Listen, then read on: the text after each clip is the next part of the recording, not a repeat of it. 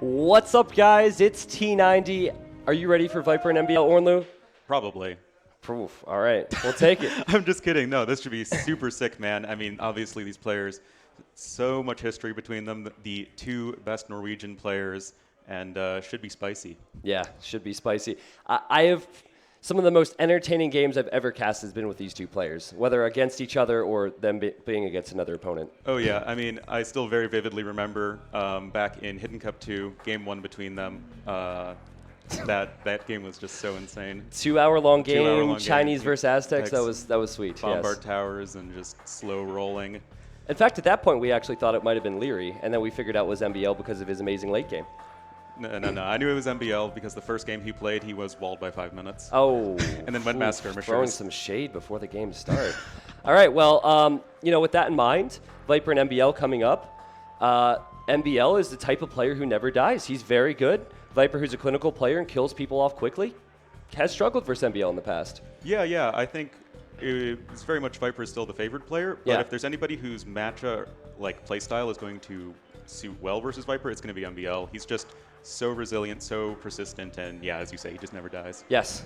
So I'm looking forward to this. Best of 5. I'm excited. Oh yeah. Another thing to bring up is the civilizations and the maps, of course. So we'll get to that here soon. This is somewhere where AM players could struggle a little bit, is the preparation side of things. So I'm curious to see what this comes out to be. Roads. Yes. It's a new map. Oh, Yeah. okay. Roads nothing. Oh no. Yes. You just don't do anything. Yeah. You just have to fight with your starting units. Well, Viper and his whole secret team have been very prepared. Oh, yeah. They've been in a good mindset, chilling out a little bit. I think everyone's a bit tired, but looked at the civilizations, looked at the maps, seemed to be in a good spot. What do you expect from MbL as far as his draft goes? Everything that you said, but the opposite. Oof. I think that's the funny thing, though. He's still consistently a top 5 player, consistently gets good performances. So. Oh yeah, no, it's not like MbL or any of the AM guys are underprepared or they don't have any idea what's going on. It's just they more rely on sort of on-the-fly decisions and thinking of drafts and stuff like that just as they happen.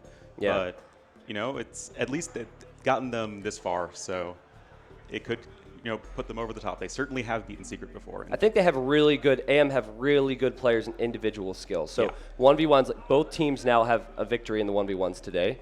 Tato won earlier versus the Max, and then Hera just won versus Velez. So I think it's shown that both teams have really good individual skilled players. I think this will be interesting. If AM, this would be a huge confidence boost going into the 2v2s tomorrow as well.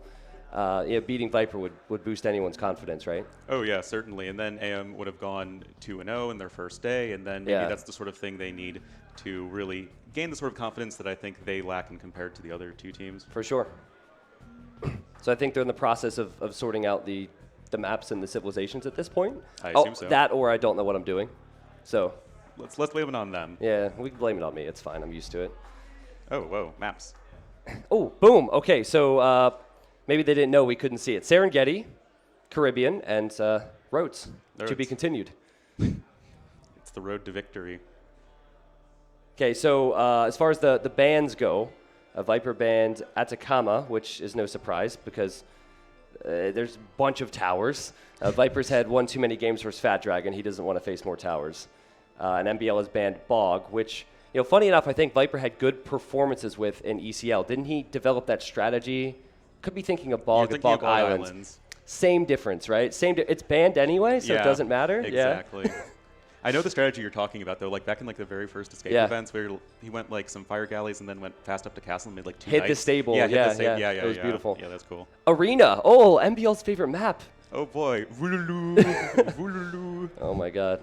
Dry River and then Regicide Fortress. Yeah. So I think for MbL in particular, Serengeti is a very open, aggressive map. It's as close to you'll get to Arabia in this 5-map pool. So that's going to be where MbL will look to shine.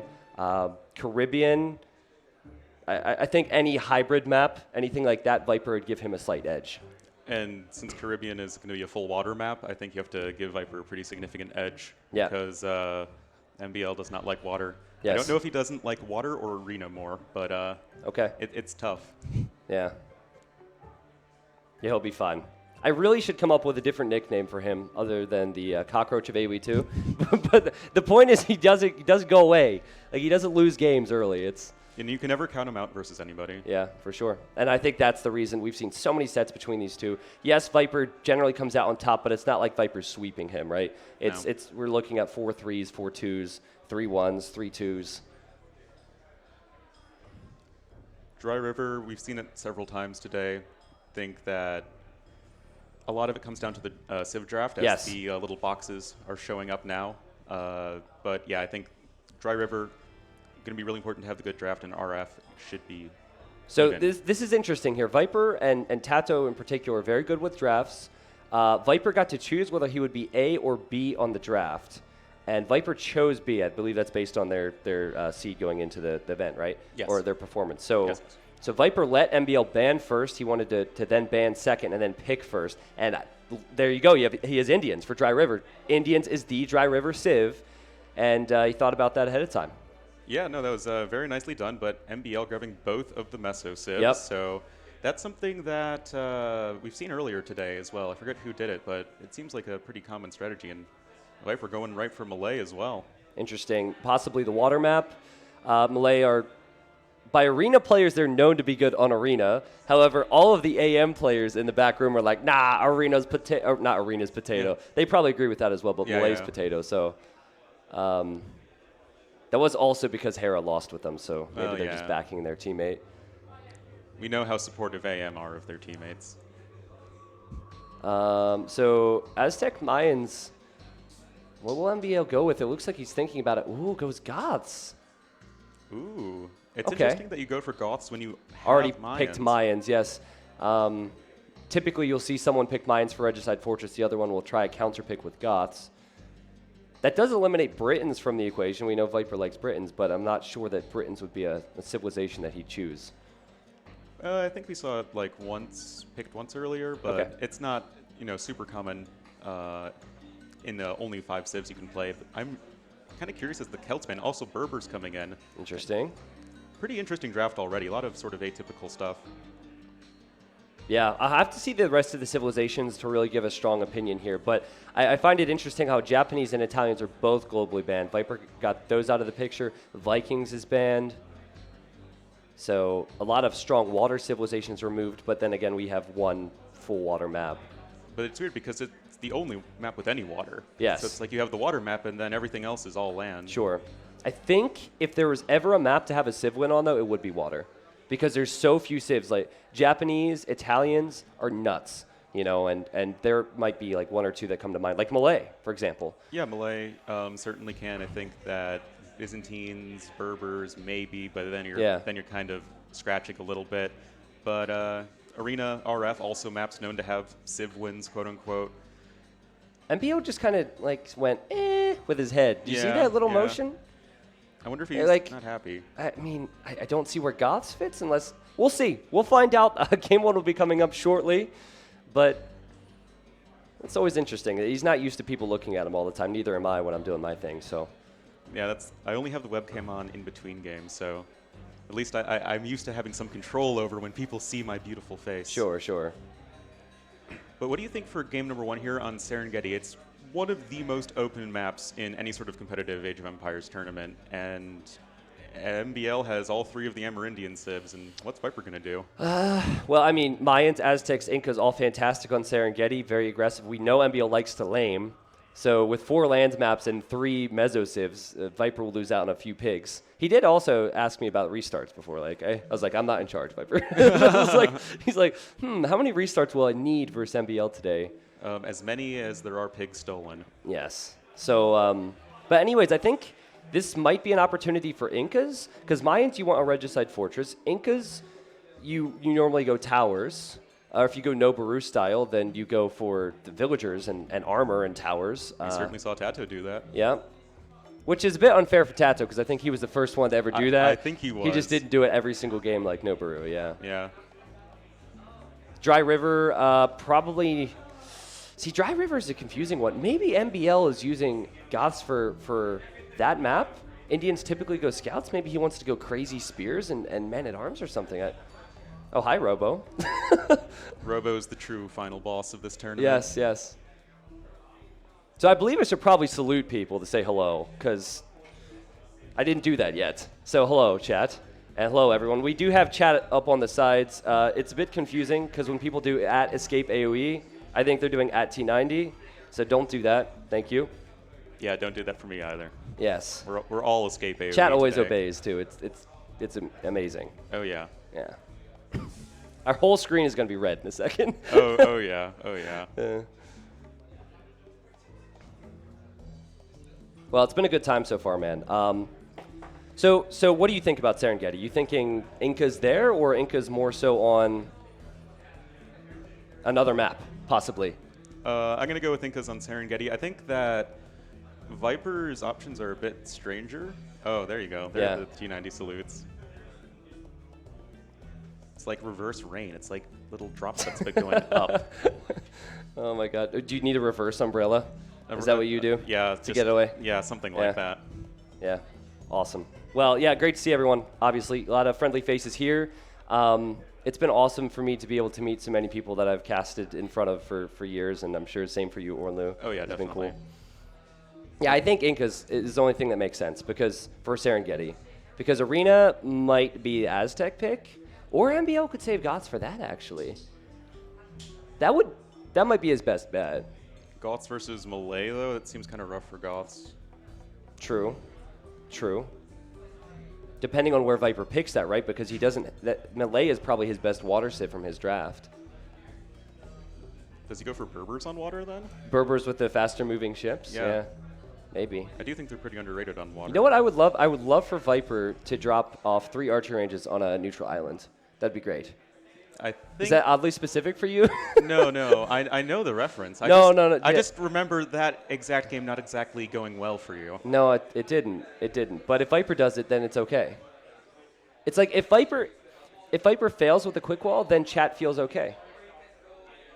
Apparently I'm quiet. Yeah, maybe just move your Oop. move your mic closer to your face.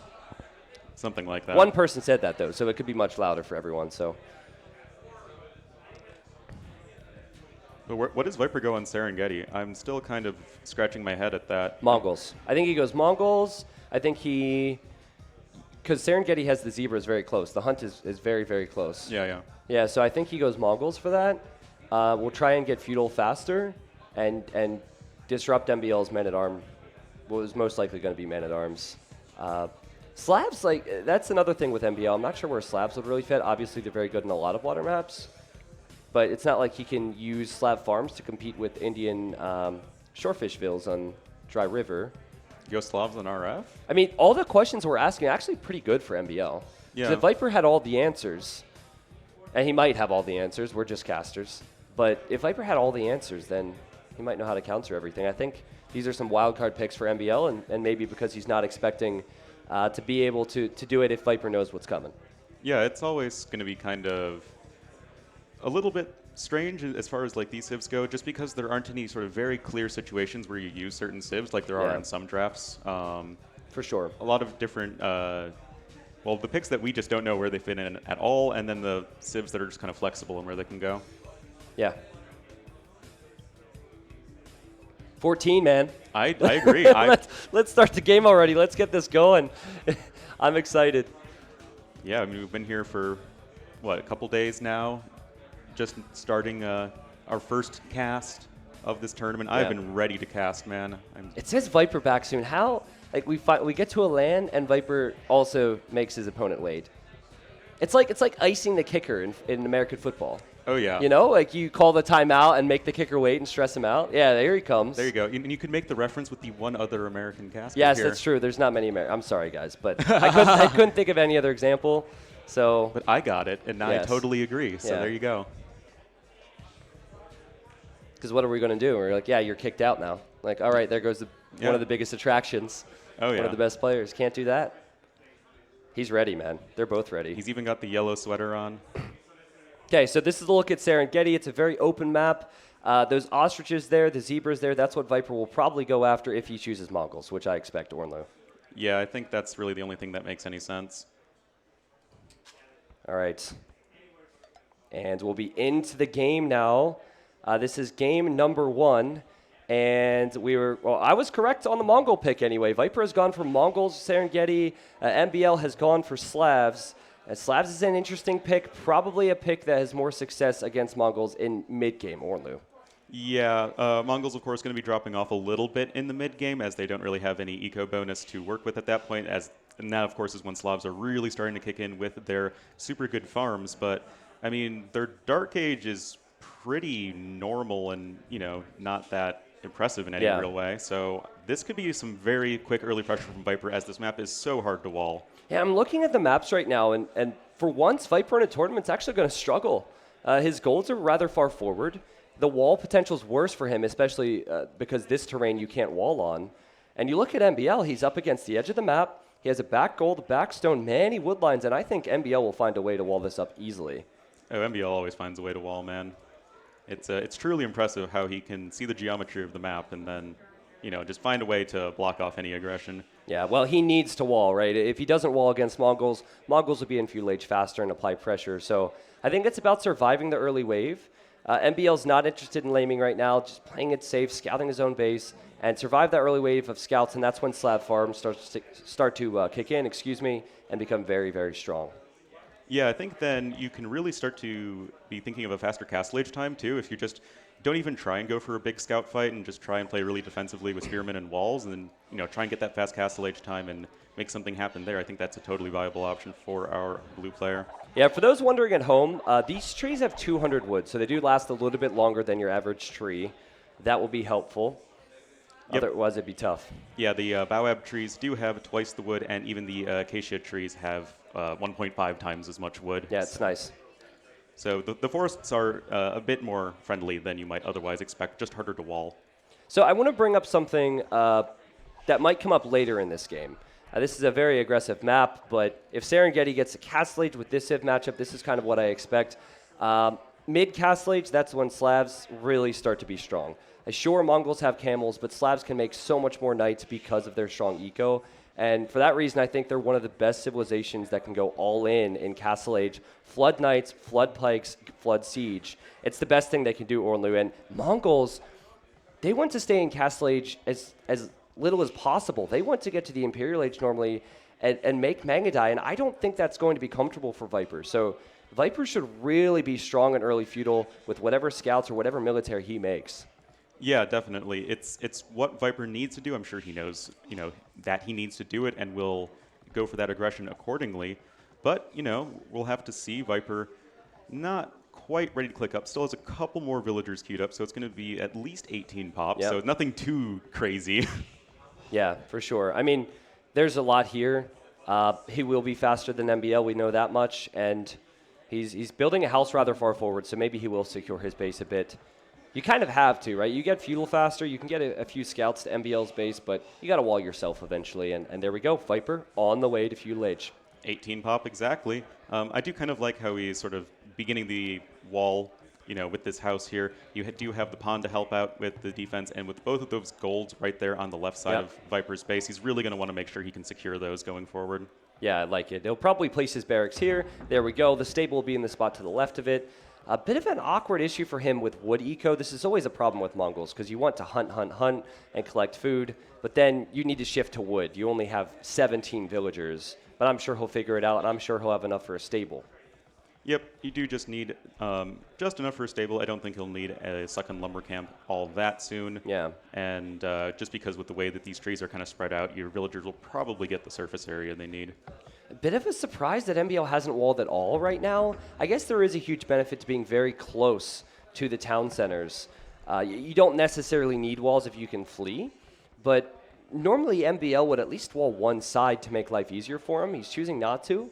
It's worth noting that this wood line is not the easiest wood line to quick wall in either. If you chop through these trees, you'll have holes everywhere. Oh yeah, that's always very much an issue when it comes to Serengeti. Instead, MbL, is he even scouted Viper at all? No, he has not. And yeah, just going full greed mode, taking all of the zebra. And, well, Viper, in Feudal Age, just now grabbing Loom, did click up without that, just going full greed mode. It's nice. Yeah, both players kind of taking advantage of the situation. MbL knows that he will be in feudal last, so there's no reason to send his scout forward where Viper can kill it. And Viper realizes that, so Viper said, okay, I'll skip Loom, wait till feudal age, and here he is. Like, this is where it gets real interesting and real tough for MbL. Viper's one of the biggest micro nerds, if not the biggest micro nerd, right? And he's going to annoy MbL. He doesn't like this so far. You could just see Viper has the extra attack. He has the extra speed in feudal age. Beautiful hits. Yeah, I mean, Viper, even making sure he gets that high ground attack there. Spearman instantly queued up for MbL. We know he loves making those trash units, but Viper already with the Spearman forward. It's just all comes down to that faster feudal age time, and MbL's going to be adding a stable of his own, but everything he's doing is just 1 or 2 steps behind. Yeah, so MbL needs defensive spears to match the defensive spears of Viper. He has the Palisade on the left, and again, he's very close to the TC, so he needs to weather this storm, not get outmassed, just hold and survive, and once the food ecos transition away from goats, away from deer, away from zebra, it becomes farms and slabs become stronger.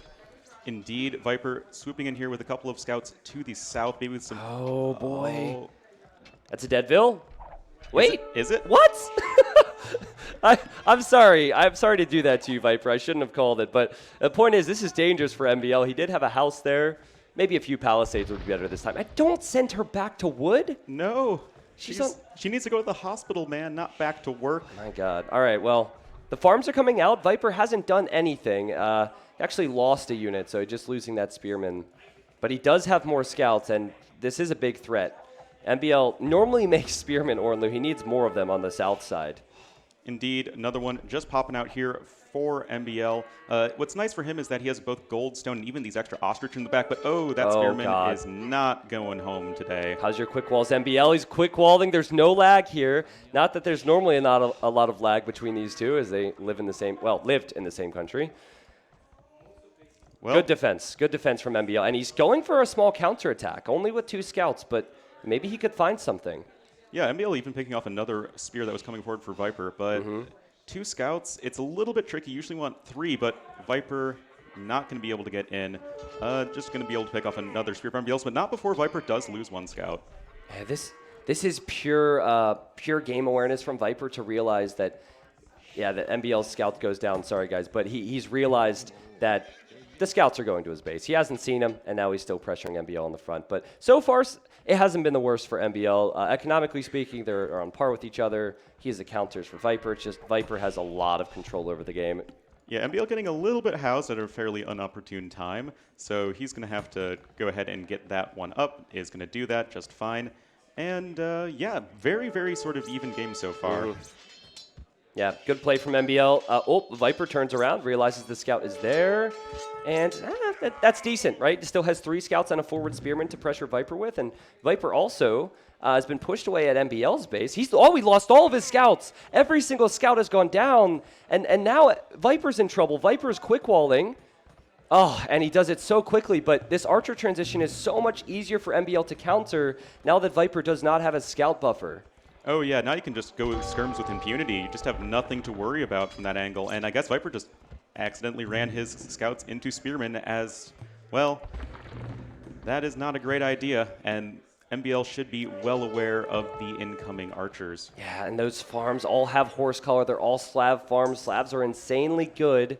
This is where MbL should apply pressure. And remember, Ornlu, in the back of your mind, you have to be thinking Slavs are better than Mongols in feudal age and castle age. Mongols are arguably worse than Slavs in early imp. It's just post imp with Mangadai where they excel. Oh yeah, as I have said many times before, the best unit in the game is the Slav farm. It is so much food that it provides you. MbL just going to be losing a random spearman forward. But, I mean, MbL, he's the one who's calling all the shots right now. Something I did notice is that he did not grab double bit axe, and since he already has horse collar, it seems like he just kind of forgot it. So that might be a bit of a problem going forward if he doesn't realize it. But it'd be a huge problem for Viper here in a second if he's not prepared.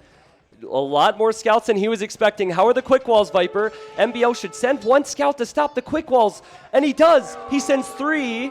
And he is in the wood line. That was so close. Viper not quite able to get the quick walls down, and Viper going to be losing a couple villagers here at a minimum. There go a couple already, and yeah, you are so close to the TC, so most of the villagers will be able to escape, but this is not the sort of opening you would expect from who most people call the best player in the world. Yeah, well, it was working perfectly for him. He had 3 scouts, which is more than what MbL had. He started to make archers. Scouts into archers is perfect, but now it's so easy. And actually, MbL is getting double bit X now, so he must have known. He didn't research it.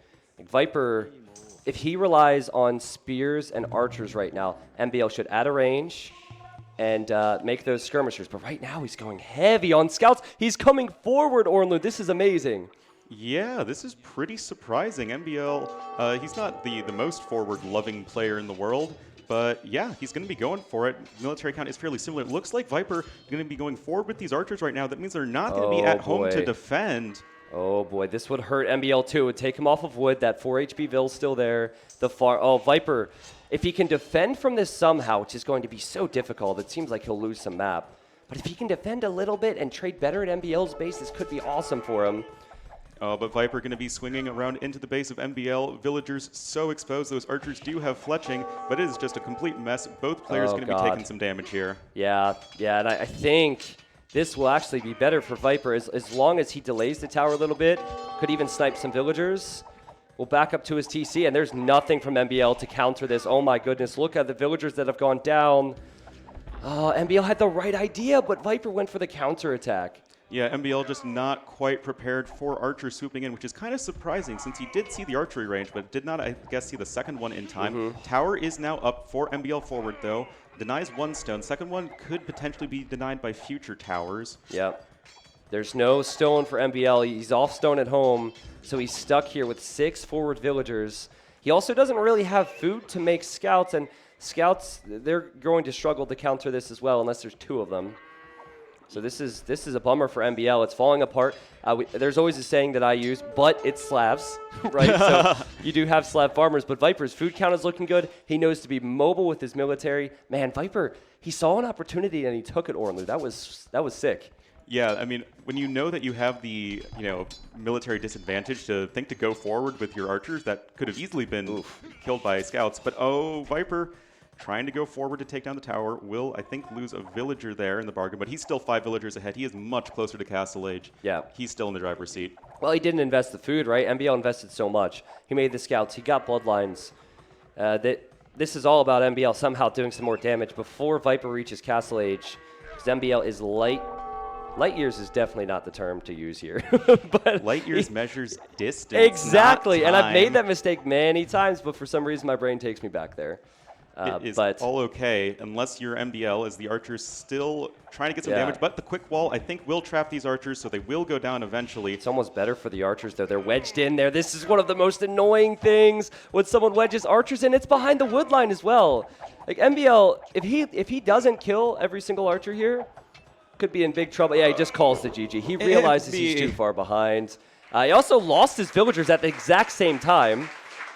But it didn't matter at that point. Viper's counterattack did it. I think MbL had the right idea, Ornlu. It's just he didn't have that side walled. If he walled that, he's good. The one time MbL doesn't wall, it kind of bites him a little bit. Yeah. And yeah, he just was less prepared than Viper was. Not that Viper, didn't take a ton of damage, but MbL obviously took way more. And I think the play made a lot of sense, though. Viper had no military. He was giving MbL map control. And so with that amount of scouts, he could have built endless towers on Viper. There's nothing that Viper could have done unless Viper hit MbL and distracted him at that time. So that was sweet stuff. We'll go to the achievements now, guys. And I'll show you just how many resources were collected in this game and all the good stuff. Relatively short game, which is expected for a map like that, but 31 kills for Viper, 16 largest army. And he had more wood and gold collected purely because of a different build order. This doesn't really tell us all that much, Ornlu. But yeah, we got the achievements and the beautiful timeline, of course. There you go. But yeah, even though the achievements don't really tell much, it's just that's what happens when you have a short game. You just don't have that many numbers to work with. Yeah. But I mean, as you guys saw there, it was clearly Viper just striking at the exact right time. And, well, that is how Serengeti works. It is a very cutthroat map. That's how Viper plays as well. He realizes he can defend with a few walls and send military out. It's not necessarily just walls. Sometimes players will defend with a tower and go for an immediate counter. Well played. Caribbean's up next. Water map where we'd probably give Viper the edge. This looks beautiful with DE2. So pretty. Now, you expected that Viper might go Berbers for this because Berbers have a cool bonus they don't utilize on water all that often. And you were correct, Ornlu. Berbers for Viper, and MbL has gone for Incas on water. Oh, my God. What do you expect here, Ornlu? Now, call me crazy, but I think he's going to go for a landing in a ton of towers. Yeah, you know what would be great? I said I wanted Viper to land the wrong island. MbL might truly think that this island in the center might be Viper's if he goes for that. Well, the middle island is a different terrain, right? So. Yeah, but come on, I mean. Okay. You're giving, no offense to the players, but you're giving them a whole lot of credit, Ornlu. But anyway, so I think Viper's going to go for the standard approach. He'll go for some water control. MbL will mix it up. I think this is kind of a low confidence move. Like you don't feel as though you can play all out water battle versus Viper, so you go for something YOLO. It could work on Caribbean though, because look at the stone piles. Yeah, that's something that we saw earlier, right? When Tato did the landing against the Max, that totally worked out for Tato. But I mean, the thing is, when Tato went for Byzantines, it wasn't 100% clear that he'd go for a landing. Like Byzantines have other options. Incas don't have options on water. They're just so generic on water without any sort of water bonus. So yeah, of course MbL really his only option is to go for forward, and Viper's going to know that. This is true. Now, if you're comparing Arabia to islands when it comes to trushing, you can stop an Arabia tower rush. You make man-at-arms, you send your own vills, you fight it. You flat out cannot stop MbL from transporting if he indeed goes for that, because the transport can be made in Dark Age, and you cannot make any navy in Dark Age. So it's going to show up here. It's just a matter of if Viper can fend it away, or if MbL's just mind-gaming Viper and us all, and maybe he'll go for a boom. I don't know. Well, Incas do have Racer and Shipwright, so they have fully upgraded galleons at the very least. But yeah, I grass doubt that we're going to go that far. Yep. It should just be a landing here from MbL, who's known to not exactly love water too much. Something to note, though, is that Berbers with the faster-moving villagers as well are going to be a little bit better at potentially defending against those tower rushes, able to jump under the TC's towers before it's too late. Oh, fascinating stuff. So MbL's docking in the back, which tells us he's either going for a fast castle or he is going for feudal pressure. That means he doesn't want to fight on water. But he's luring with his eagle, which will get the boar in time, but it also weakens a potential military unit that he could send across to Viper's base. Yeah, usually the luring of the boar with either your scout or a villager is indicative of, okay, are they going to go for aggression or are they going to just play the normal water game? But this is kind of screaming, I want to just play normal water for MbL. Maybe he's the one with the galaxy brain 3000 IQ mind games. Yeah, maybe.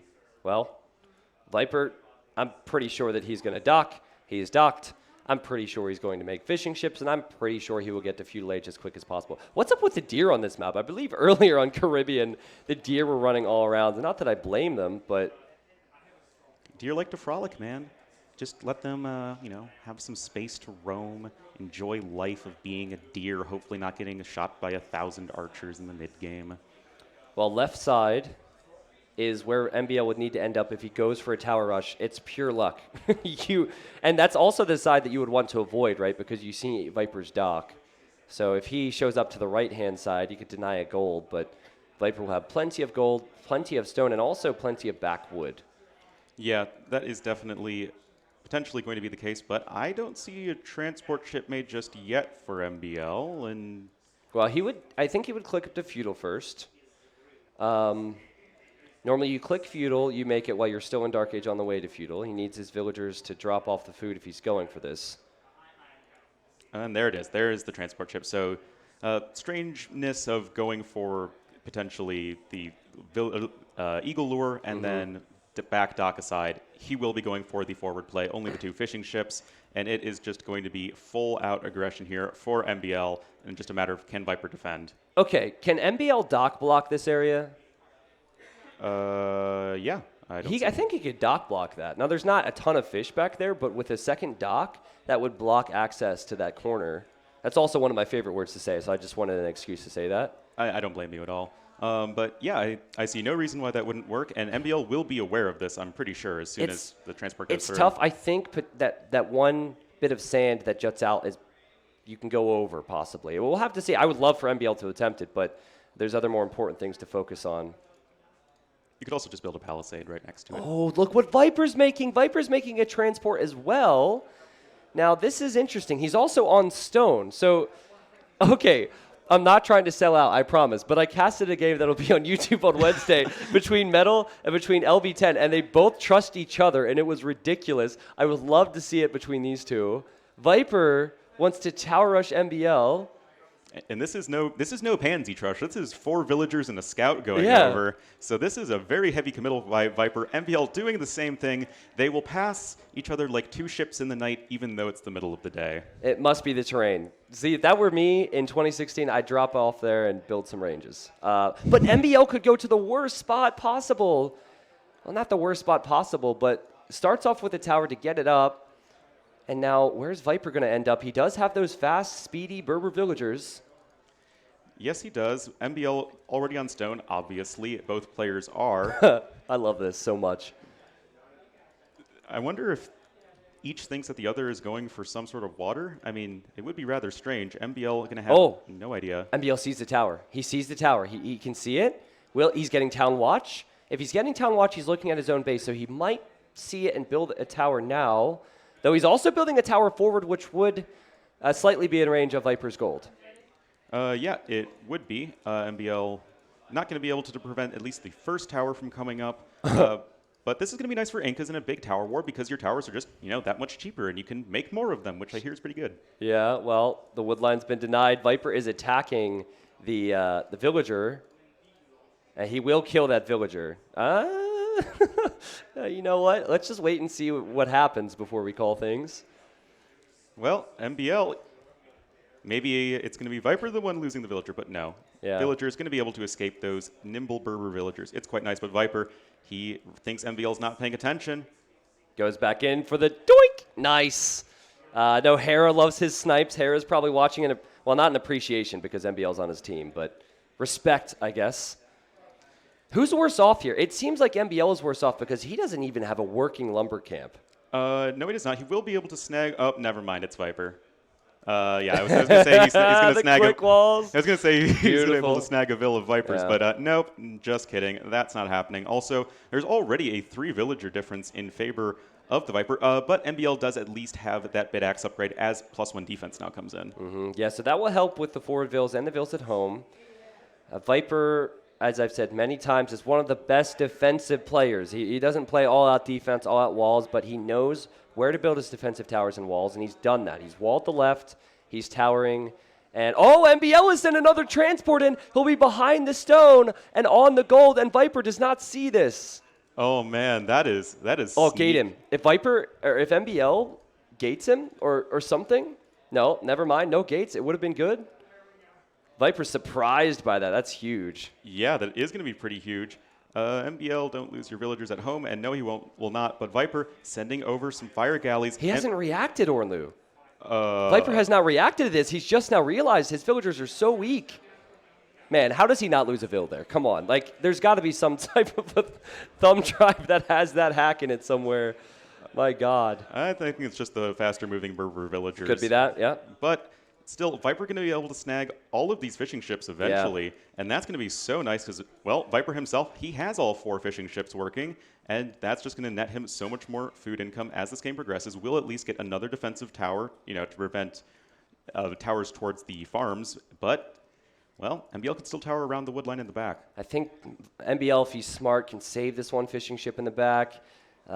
That's something. Now, this is deja vu. I swear to God, like, the way this is going, the best place for Viper to get gold will be at MbL's base if he continues to move in with towers. Because his golds and stones are flat out denied right now.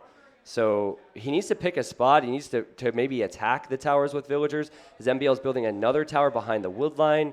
Viper can't defend from these towers. He can stop them from pushing in with a mill wall. but like, he cannot defend from those towers. Why a mill? Why not just a house? It doesn't really matter. Eventually, the villagers will smash through that, but not for a little while. Yeah. Viper currently is 8, economic units ahead, 5 fishing ships to 0. And is that another transport ship for Viper? Or is he making another transport ship, or are you talking about the 2 transports that never are... mind. Yeah, they're just the 2 transport ships. Oh, my God, though. Don't tell me... he's just passing MbL's transport ship.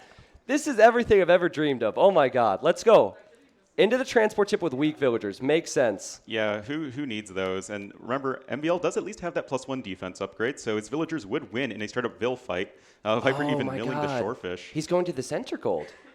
I mean, that's quite obvious now that he's doing it, right? But he's going to the center gold. He has it scouted. MbL doesn't have anything on water. That's smart thinking from Viper, and those villagers should be safe. Yeah, that will give Viper at least some sort of gold income for the time being. Knows that even though the golds are right next to the water, it's not like MbL can do literally anything to stop it. Yep. And yeah, Viper getting Wheelbarrow, going to just try and get up to the castle age, I think. He has much better economy. Now that he solved the gold problem, he's had that mill at MbL's base. That's 400 plus food because of the shorefish. He also has the deer there if he needs it. He has the fishing ships, which we've mentioned, Ornlu. So now MbL, it's really on him to place more towers and take more away from Viper. But a lot of Viper's precious economy is not towerable. It's on water, and it's in the center. There's going to be one problem, though, for Viper, and that's going to be wood income, because Viper is going to get this tower. Well, the tower's going to deny this wood line. Yep. And Viper's not going to do anything, or be able to do anything to stop it, so he's going to have to ferry more and more villagers over. And MbL is actually, speaking of ferrying more and more units over. And MbL also knows the gold is there, guys. So MbL's like, hold on a second. He's sending villagers forward a second time. I need to tower this gold, don't I? And he arrives. Now, a tower on the other side of the trees would be amazing. Oh, my goodness. And how does Viper respond? Viper almost needs to buy stone. Fight with Vils, possibly? Like, not the weak ones, but he has a lot more here. And Viper will see this. So the villagers will just run right by that tower. Okay. Okay, now Viper's going to realize that he should fight. He is up on his way to the castle age, though, so that could be huge. But tower not looking like it's going to come up right now. There's transports for both of them. There's also a fire, so Viper has lost a villager because of the fire. MbL's villagers also have armor, so this is tough. Viper needs to take the tower down or stop it from going up, but he also can't get close to the tower. And, you know, MbL's doing all right. I still think the problem is... Oh, he sunk the transport ship. All these villagers are totally trapped right now. Quick wall? You know that villager's about to do it. She's probably gonna... Yes, you knew it was coming. She dies to the arrows. She pays the price. She pays the price, and now Viper has a decision to make. Where does he go with his Vils? Does he make another transport ship? MbL's gating the other side, which will stop the escape. Oh, man, it's going to be like shooting fish in a barrel, man. Man. But these are low HP fish. Oh, send a demo, please. Send a demo over here just for the lulz. That would be amazing. This is hilarious. Viper solved his problem, his gold problem, but now it's denied. He needs a transport. Yeah, he might be able to get one up. Fireship will be able to sail away from MbL for the time being. Yeah. And Viper does have a ton of resources in the bank. MbL's nowhere near castle age. Okay, so I'm aware hold on a second. The repairs are ridiculous. Now MbL could do the same thing with the repairs if he's smart. Yeah, there we go. There's 2 fires, though, so I think Viper will be okay. And now MbL's transport could go down. Viper gates in the villagers, so now they're trapped. I'm not trapped in here with you, T90. You're trapped in here with me. What is... what is this? What is this game? Now, Viper's still in castle, and he's walled again, paid another price by quick walling with a weak villager. I guess this is Age of Villager and Fireship fights? It's much worse for MbL. MbL is not close to castle age. All of MbL's villagers die. Viper could do okay without gold. You got to think he could use the market. But he doesn't have wood either. He has no gold and no wood. He just has food. Oh, my God. By the way, for those watching, I know there's no game sound, but I'm trying to fix that, okay? So bear with me. But Viper, well, he won't be able to sail into the watchtower. Maybe Viper is just going to transport some more villagers over to MbL's island and just start lumber camping that. The transport! All right, he's fine. It's fine. All right. Now, those villagers are still trapped over there, but they're high HP villagers to take down the tower. The weak ones go to safe land. I'm surprised MbL didn't wall in the towers. I feel like there is no reason players should just... Yeah, but in that instance, he was fighting. He had to be there. He had to quick wall. So a lot of the times they'd need to do something else. Viper's villager.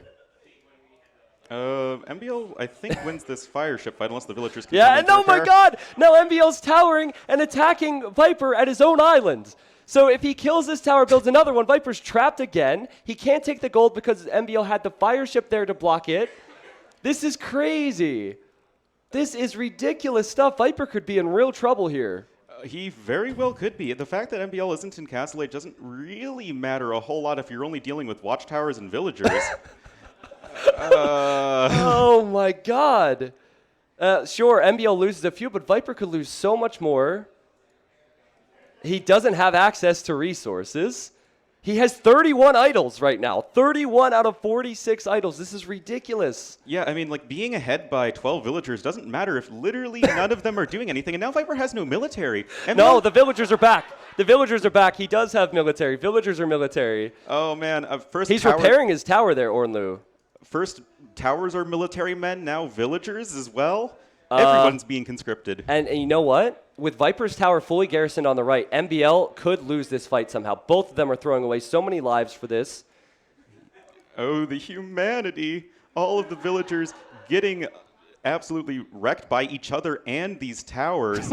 But I think Viper is a little lower in the vills here.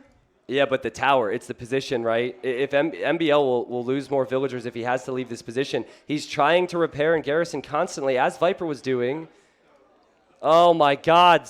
This is ridiculous. No, I can't believe this. This is actually a huge problem for MbL. He has a huge navy of 6 fire galleys, and there are 8 fishing ships for Viper working right now. God. There's literally nothing defending them. And does he see it? I mean, he doesn't see the dock. Unbelievable. Just inches in it. And Viper holds the position. He holds 13 more 13 more eco units, including the fishing ships. Still doesn't have access to gold. And now he's lost his transport. So if that happens again, these villagers could be in real trouble.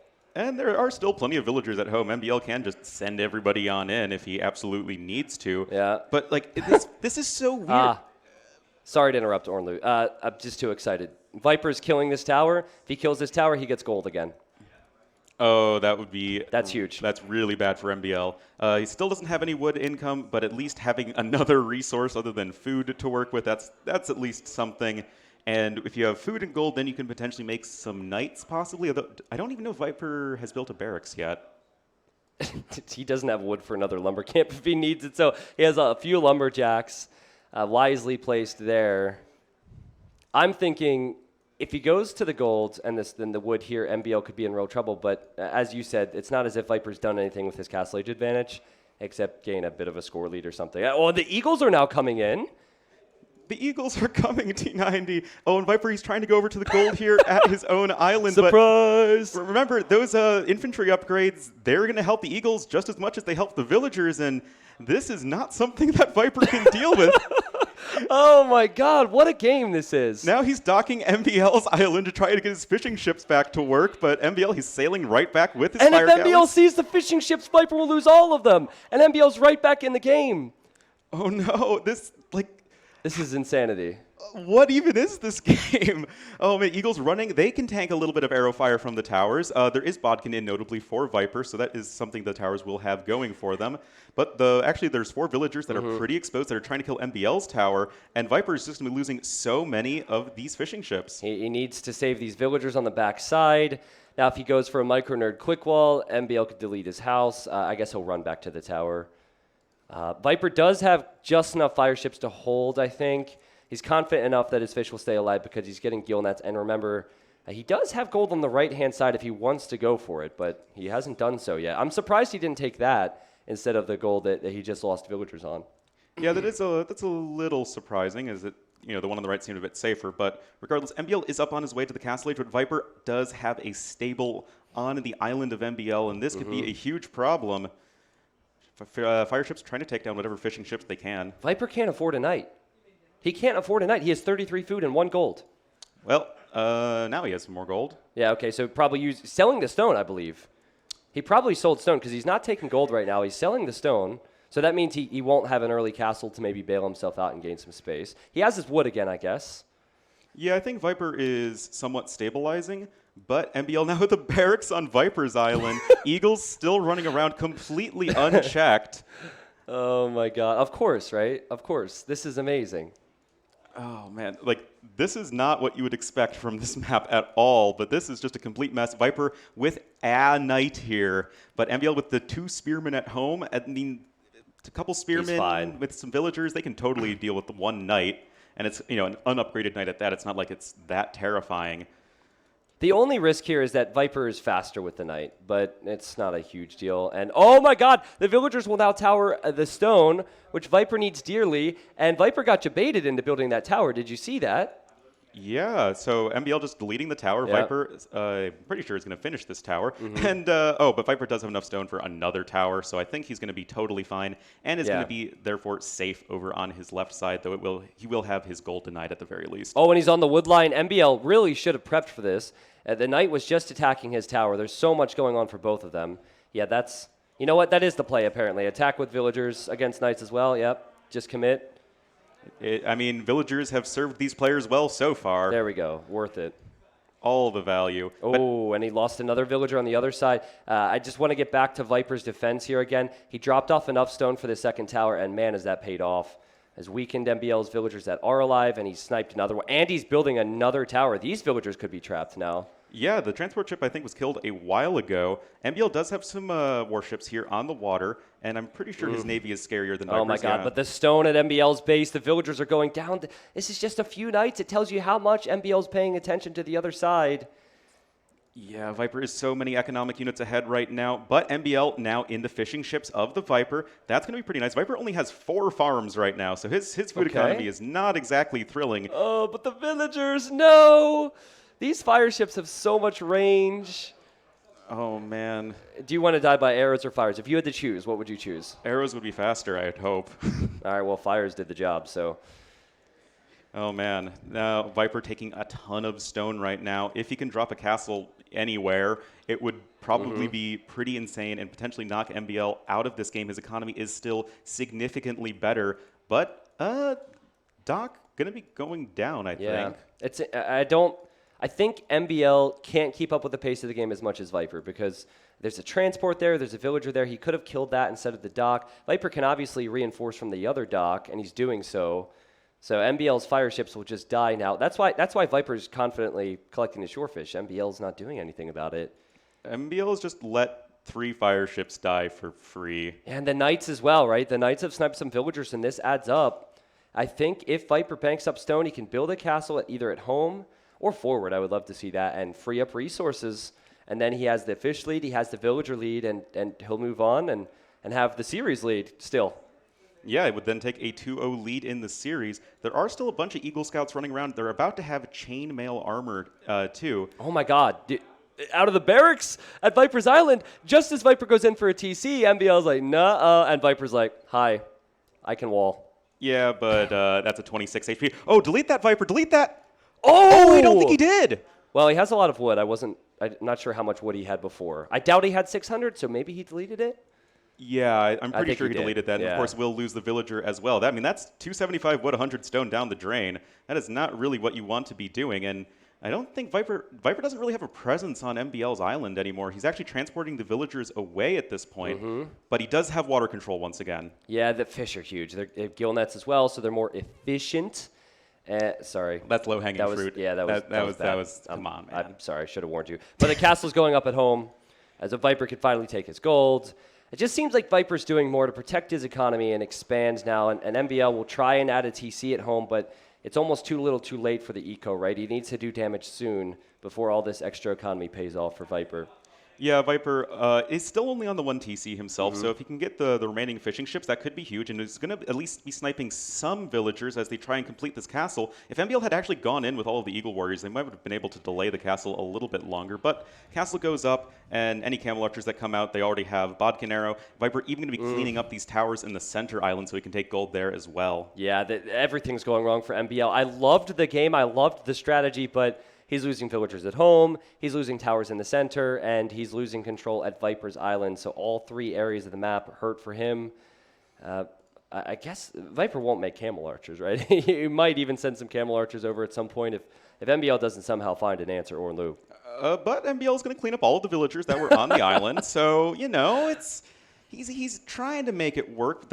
the fishing ships with gill nets are just going to be doing so much for Viper at this point. It's really what's been, I think, keeping him in this game. Remember back in early Feudal Age, like there was 7 fishing ships for Viper with 6 fire ships. That was the moment. Yeah, if he would have killed those, it would have been so much better for him.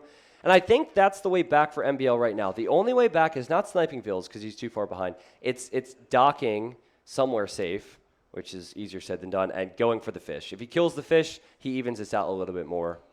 Yeah, but Viper is on the 3 TCs back at home at this point, so he even has that edge over MbL as well. I mean, MbL does have the larger military right now, but it's going to be hard for him to find anything useful to do with them, as Viper now, with just all of the stone defenses, is going to be pretty safe. There is going to be a big fight over here on the water, though, but Viper should be cleaning this one up as well.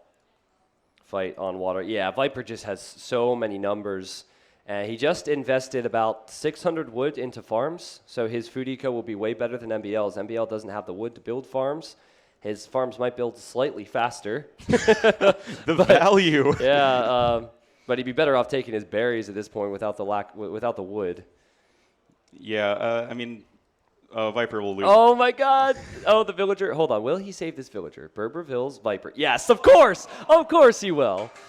Stop it, Viper. Come on, man. Stop it. Making us all look bad. Not fair. Well, Viper now a good 20 economic units ahead, and MbL calls the GG. I don't think there was really a whole lot at that point, but that was one hell of a game, T90. Yes, and islands are fun now. I love islands. I love the transports. Fantastic stuff. To the people watching, we're going to address the game sound issue. Sorry, I didn't have any on my end either. So we'll fix that, but let's go to those achievements. I expect to see not so much gold for Viper, right? Probably not. Then again, MbL had mainly stone and villagers. It wasn't like he was on gold heavily either. Yeah. Oh, yeah, it was way more than Viper. Yeah. Yeah, but all the other resources is very significantly ahead here for the Snake, and that is really what ultimately won him the game. I still think it just comes down to those fishing ships. Also, Viper somehow got 2 relics at some point, just because he's Viper. Why not? No, but seriously, if he sees that dock at that time, Viper had 1 farm eco, no wood, no gold, no stone. So if he loses his fish, he can't create bills.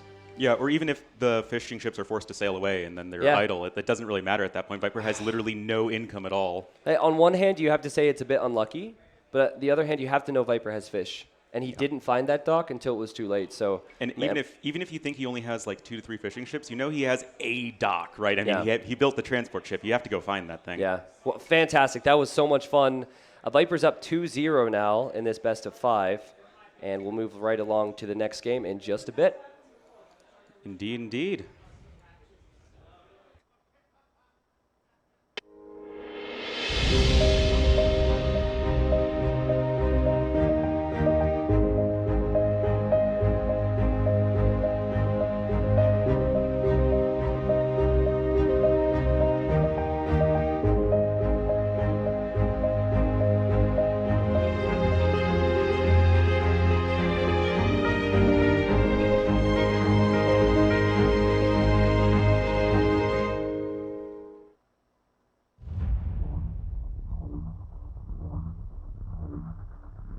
When I first picked up Prismata, I was playing a lot. 325 hours. Yeah, and that was in 45 days. Pretty much everyone I know from a competitive gaming background immediately fell in love with the game. You're gonna love it.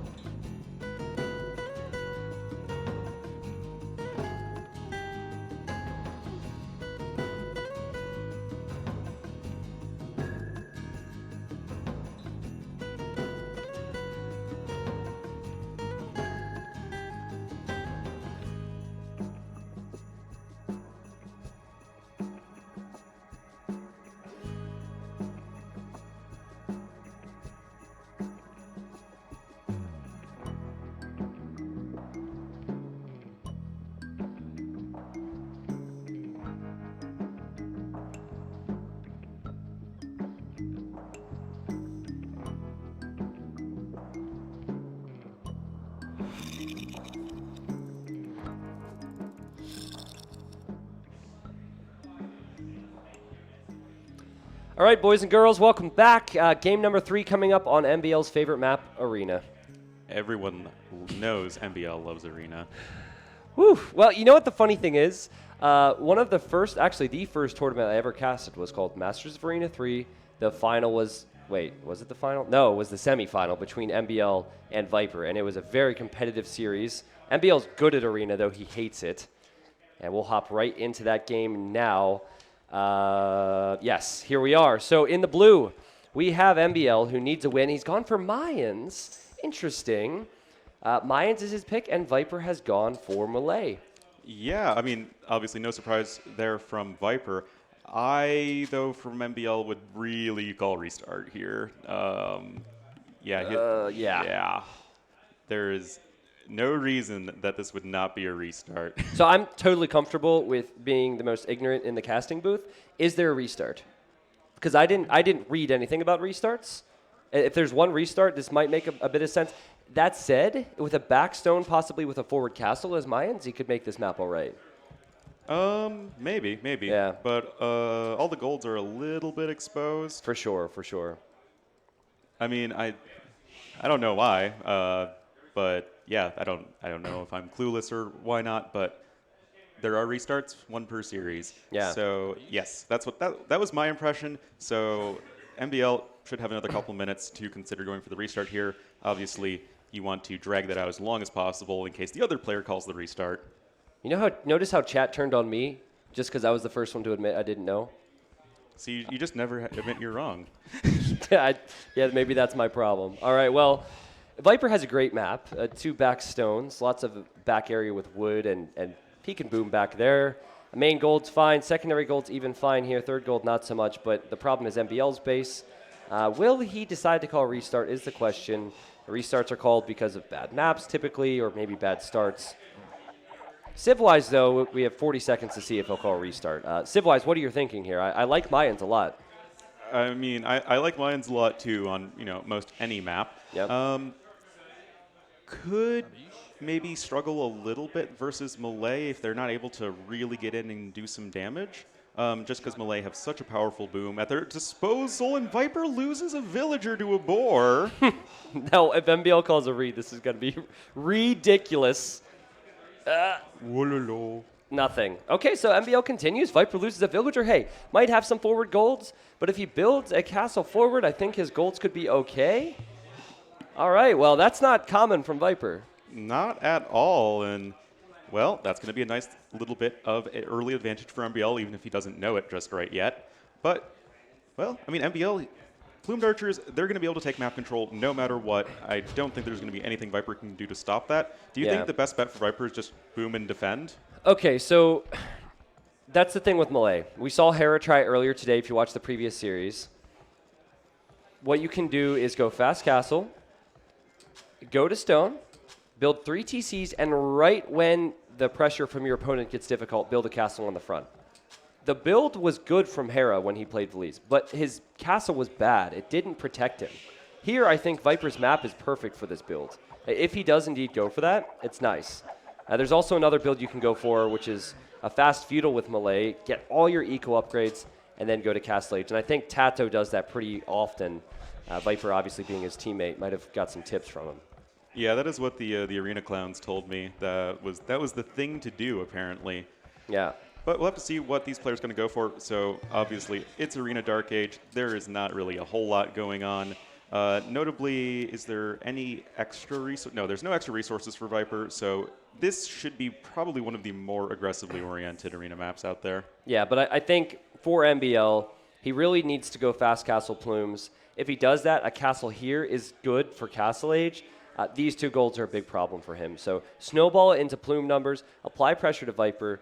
Viper just has so much more space in his base, so much more access to resources. But then again, if plumed archers arrive to this side of the walls, Viper would be down 2 golds.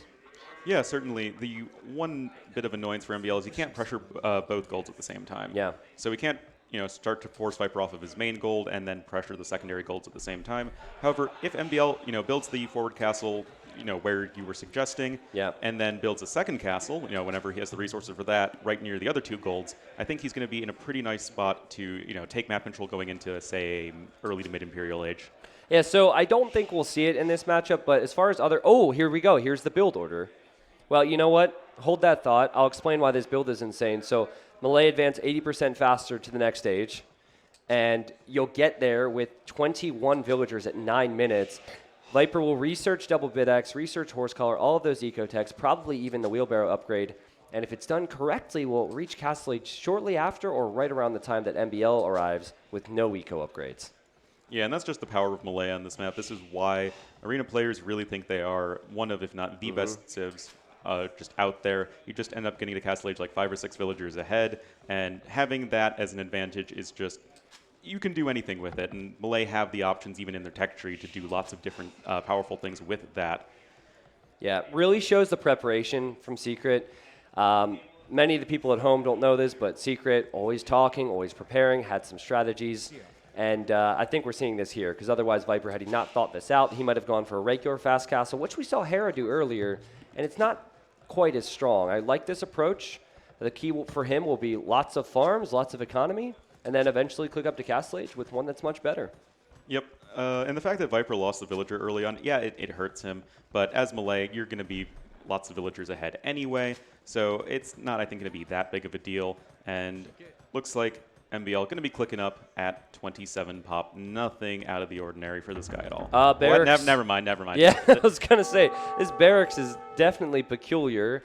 If you're going plumed archers, you would do something else, but he's not going to stone. Instead, he's building a barracks, which probably means an archer range and a blacksmith will follow. And so crossbows, I mean, I'm not a huge fan. I would love it if MbL goes for obsidian arrows versus Viper, but the odds of that happening are very slim. Yeah, I mean, if he was going for the obsidian arrows, he'd still be taking some stone, right? Yeah. So this is likely just going to be for a crossbowman, I guess. Maybe eagles don't make any sense, so... Just crossbows. So one range crossbow into a boom for him. The other thing is, this is a lot cheaper than building the castle. So maybe he'll save some resources there. Viper's still in feudal, pumping out bills, Orlu. Yep. MbL just going to click the Castle Age as soon as the archery range and blacksmith are complete. Viper does not have the buildings just yet, but he is not really in any particular rush, as he will just click up to the Castle Age just so much faster. Able to get all of those extra resources upon hitting Castle Age, can do whatever he wants with it. Yeah, so for those at home who might be new to the game, double BitX means your lumberjacks shop faster. Horse Collar means your farms last longer. Viper researched both of those techs a long time ago. Now he's getting wheelbarrow, which will make his economy even more efficient. And I think he might be a minute, maybe a minute and a half behind MbL, but that's it. So his economy will be insane. This is a really strong build order. Yeah, it definitely is. Glad to see Viper actually taking advantage of what the Civ has to offer. I know Viper's been very vocal in saying that Melee and Khmer are the 2 most underexplored, underutilized Civs in the game. And now that players finally have had enough time to practice with them, it's really cool to see what these guys can cook up. Mm-hmm. Yeah, now MbL is getting Horse Collar, so he gets the faster Castle Age. He also gets the faster archers. But with Viper's map, well, he might be slightly disrupted on the gold, but he should be absolutely fine. MbL could still expand with the Mayan eco, where his villagers, the resources last longer. Could add a monastery, maybe, grab some relics. Well, I think he should do that at a minimum because, well, he's going to have army. He should do something with it. Yeah. Even if he can't punch through Viper's defenses, at a minimum, he can go ahead and collect 5 relics, and that in and of itself could be enough to secure the game in the long run. Look at these castle times. This build order is insane. And it's well known amongst arena players, maybe not known amongst other players like AM earlier. Hera didn't try this, fell behind. Viper, he has a big lead economically anyway, I can tell you that much, and he won't be troubled by the archers. And MbL, I guess he might go immediately to a second TC, but he needs to expand that eco faster than Viper does. Yeah, I mean, Viper even lost a villager early on. He's able to execute this so cleanly. It's really, really impressive. But Castle Age is now in here for MbL. Likely to grab Crossbowman very shortly. Yep. And Siege Workshop instantly being thrown down here by our red player. Okay. So I was initially thinking Siege Tower, but you know, I can't let my memes be dreams. So now he's built a forward siege workshop, which tells me unlikely it will be a siege tower. Viper's adding 3 TCs. He plans on just booming this out. So does MbL go Mangonels then? Well, yeah. Yeah. I guess he is. Yeah. This seems kind of weak, to be honest. Like, Well, I think Plumes are better. Like Plumes Yeah. and Batards. Yeah, could be a confidence issue for MbL. We'll see. But the siege workshop's nice and early. Viper sees this, so he knows he just needs to wait. He just needs to defend. His eco's stronger. He'll have way more villagers, and he has that TC on stone. So the classic build I mentioned in Dark Age is boom 3 TCs, go to stone, and right when the pressure comes in and gets tough, build a castle. That's what Viper will go for. Oh my God! And he's being annoying with this scout. This is beautiful. Oh, he's even smiling there. I saw it. Viper knows he's just annoying MbL, Yep. who is known to be an annoying player himself. So it's not like MbL didn't have it coming. But second Mangonel queued up. I mean, he wants to get something. He wants to get something done, but he's already taken a bit of damage on the Mangonel. No lag. There's 0 lag here, so this is what a scout can do. I bet you, if we ask MbL about this moment, he's going to say he loved it. He's loved every second, I'm sure. Oh yeah. This is so dumb, man. Okay, crossbowman finally being brought forward. Yep. They do not have Bodkin, notably. Just the fletching upgrade for the time being. And MbL, well, not Nothing. quite. But yeah, MbL, he is a certified boomer. He is not one to just go for the 1 TC all in. He needs at least a second TC, but he's done a lot here. Okay, so the scout finally dies. Not like that mattered a lot. And look at Viper's walls. Oh, and he's going for guard tower defense. This is so much better than a castle. It's much cheaper than a castle. To push guard towers, MbL would need at least 3 Mangonels and a forward villager to repair it. Viper's economy will just get stronger and stronger. It's so safe. Look at this. So safe. 1 villager building each tower. He knows exactly what he needs to do.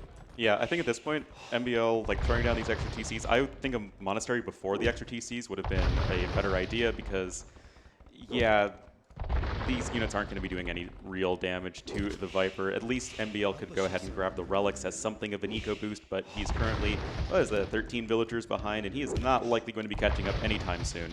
This isn't necessarily because of mistakes that MbL made. Remember, Viper actually made the most mistakes in this game. He lost a villager and a scout, but it's because of how strong the melee can be with a boom like this. I also think that, and it's very easy for us as casters to say you should have done something different when something's not working, but maybe Plumes would have offered him more as the game goes on. Plumes and TCs instead of crossbows and some Mangonels. Yeah, it's just so tricky, right? Because Hard to say. Even if say MbL went for Plumes, right? Viper would be doing the exact same thing Yep. as he's doing right now. And really, would MbL be in that much of a better position to make anything happen? I don't really think so. It's really tricky to beat melee on this map for sure. Like, no wheelbarrow for MbL. He's about to get it, right? But Viper got that so long ago. 18 villager lead. Viper's just played this perfectly. And I think that, again, the homework is paid off for Secret. Probably some conversations that Viper might have had with his teammates, specifically Tato, because I've seen Tato make use of the guard towers frequently. I think guard towers are OP because Viper has no military whatsoever, and he should be able to hold MbL back. Yeah, it's definitely kind of tricky, right? Because just the one change from 6 to 7 damage, it just means you're doing, well, 3 damage instead of 2 damage to Mangonels with Vodkin Arrow, and that's what Viper getting, even getting Masonry. Yeah. It's one of the greatest upgrades ever. I love that upgrade. And yeah, Viper is going to have it. It's going to be just so hard to punch through these towers for MbL. Well, what MbL needs to do, because at this point, he should know, it's going to the Imperial Age. Viper has better eco. What MbL should do is snag those relics. If he snags all 5 relics and makes this game go on for quite a while, then Mayans, especially when their resources last longer, they can be quite good. Still not sure what Viper will be going with yet. He will build a castle at some point and maybe go for Karambit Warriors, but he's not making anything right now to stop the relics from being brought in. That's got to be priority number 1 for MbL. Yeah, something I'd love to see MbL do. We've seen actually, I think Melkor is the one I first saw do it a lot. Build a monastery just right in the back of your base. Just knowing that, okay, if I lose map control right now, and I think MbL's doing that. Okay, it's not in the very back of his base, but similar concept. It's in his base, yep. Yep, and I think that's just going to be so much better. It's going to be so much less likely that MbL is going to be losing control of all of that gold income anytime soon. Yeah, well, I mean, at least he's realized, all right, there's not much I can do. Let's not go crazy. Let's not all in this. And I like his response after seeing the towers. Still was kind of expensive for Viper to invest into that. Viper's Vil lead is still there. And Viper's building his castle on the front, but he doesn't have access to his extra golds. It's funny how that works, Ornlu. We talked about MbL's gold, but MbL has been the aggressive player, so he's defended it. Is he really going to stonewall this side? Mayans have the cheaper walls, I guess. But who needs a castle as Mayans? I hear they don't really have great units to make from the castle. Oh, man, Viper's building a monastery here, so his monk might end up spotting the walls. How aggressive? He's going full fat slob. 6 villagers forward, stone walls. Do Mayans get fortified wall, Ornlu? They do, right? Yes, of course they do. Yes, get fortified wall. That would be interesting. Oh, man. There's a university, so he'll get fortified wall. Yeah, and I mean, I guess Viper can make 3 petards and just punch through it. Yeah, well, Viper's on the way to imp, but he doesn't even, he's just now completing his castle, right? So he actually can't stop the walls except with a single conversion. What do these walls achieve in the short to medium run for MbL? Because I am... Time. Time to get the time to hold his map control, time to castle elsewhere. It gives him time because he's not up yet. I don't know if it is the best play, but that's the logic, okay? Oh, T90. If at first you don't succeed, wall again, says MbL, because, well, he's known to play some BF games in his time, so, well, I see lots and lots of walls behind lots and lots of walls here for MbL. What's funny is what Viper sees. Oh, no. If Viper converts that eagle, that could be really good for Viper. Both players aren't paying attention to this, and understandably so, but anyways, Viper only sees that one bit of wall there. And now next to his monastery. Well, Viper going to be going for that one relic, so he might be able to grab that one at a minimum, and will likely probably get a conversion onto a villager. But still, the wall is going to complete Viper in the Imperial Age. He is going to be going for the Arbalest game plan, and Trebuchet going to be queued up right away as well. And Viper, he, I think, is well situated to punch right through. Oh, more walls, man. More walls. Now, MbL should not allow this relic to go away. I know there's a lot to focus on, but that should not happen. He should stop that. He has an eagle sitting right there. Fortified walls on the way. He's on his way to imp. There's a castle for MbL, and I don't love the position of it, but that means potentially plumes for him. It could be worse. Yeah. I like it more than Hera's castle, at the very least. Man, we've brought up Hera's failure in Arena a lot. He won the series. We haven't talked about Velez at all. Sorry, Hera. Yeah, love you, man. But Mangonels also could be knocking down this monastery for Viper, at least denying that. Viper going to be building another castle forward. There is only one layer of walls here right at the front of Viper's base, and he is certainly going to take advantage of that and just try and do some damage to MbL from there, although that might be a little tricky as MbL is putting down another castle here forward, which is pretty risky, I think. This whole game has been all about Viper's momentum. With the build order he went for, his eco would always be stronger. When he got to imp, he would always have a strong push, and MbL's walls were looking to stop that. But now MbL will reach the Imperial Age. He's building castles forward, and he'll be up against Arbalest with Chemistry and Bracer and multiple Trebuchets. So MbL, I like the idea. This is an interesting gate around the gold. I like the idea, but I don't love the castle position. Further back would probably be the play. I think it depends on what MbL is going for. He's getting ballistics, which indicates he wants to go for some kind of archers. Yeah. But he doesn't have the plumed archer production. He needs to use these castles to produce trebuchets and not plumed archers or research conscription, elite plumed archer, anything like that. Yep. So anything that MbL tries to do right now is just going to be so much slower than what Viper is doing. Well, MbL will get the 4th relic in the south. He has gone immediately for Treb defense, which quite honestly is the play. Because with Treb defense, well, he doesn't need an answer to the Arbalest right now is my point, right? The castles are there. The Arbs can't push any further. So with 2 trebuchets, some repairs on the castles, this could be tough for Viper, but we all know that Malay, they get a certain unit out of the Siege Workshop, which can be quite good in this situation, Ornlu. And that would, of course, be the Bombard Cannon. Yeah. And, well, Mayan's not really going to have the best answers in the world to that. Don't have Redemption, so that is not an option for Monk conversions. Viper now going for Squires. It could be Karambit time. And, yeah, I still think Viper totally in the driver's seat this game. The one thing I would say that I'm a little surprised for Viper is that his villager count isn't higher. MbL has completely caught up as far as that's concerned. Yeah, it's interesting. Obviously, a big focus on the push out for Viper.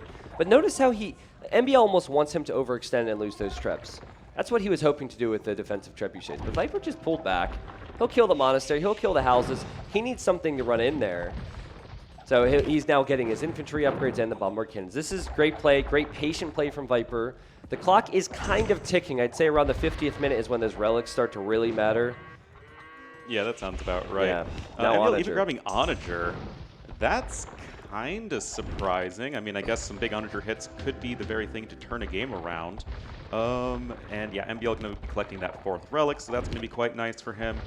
Still haven't seen a single Karambit Warrior produced yet, despite a ton of upgrades coming in. Yeah, I think it's probably not worth to push out with them until you have like Elite.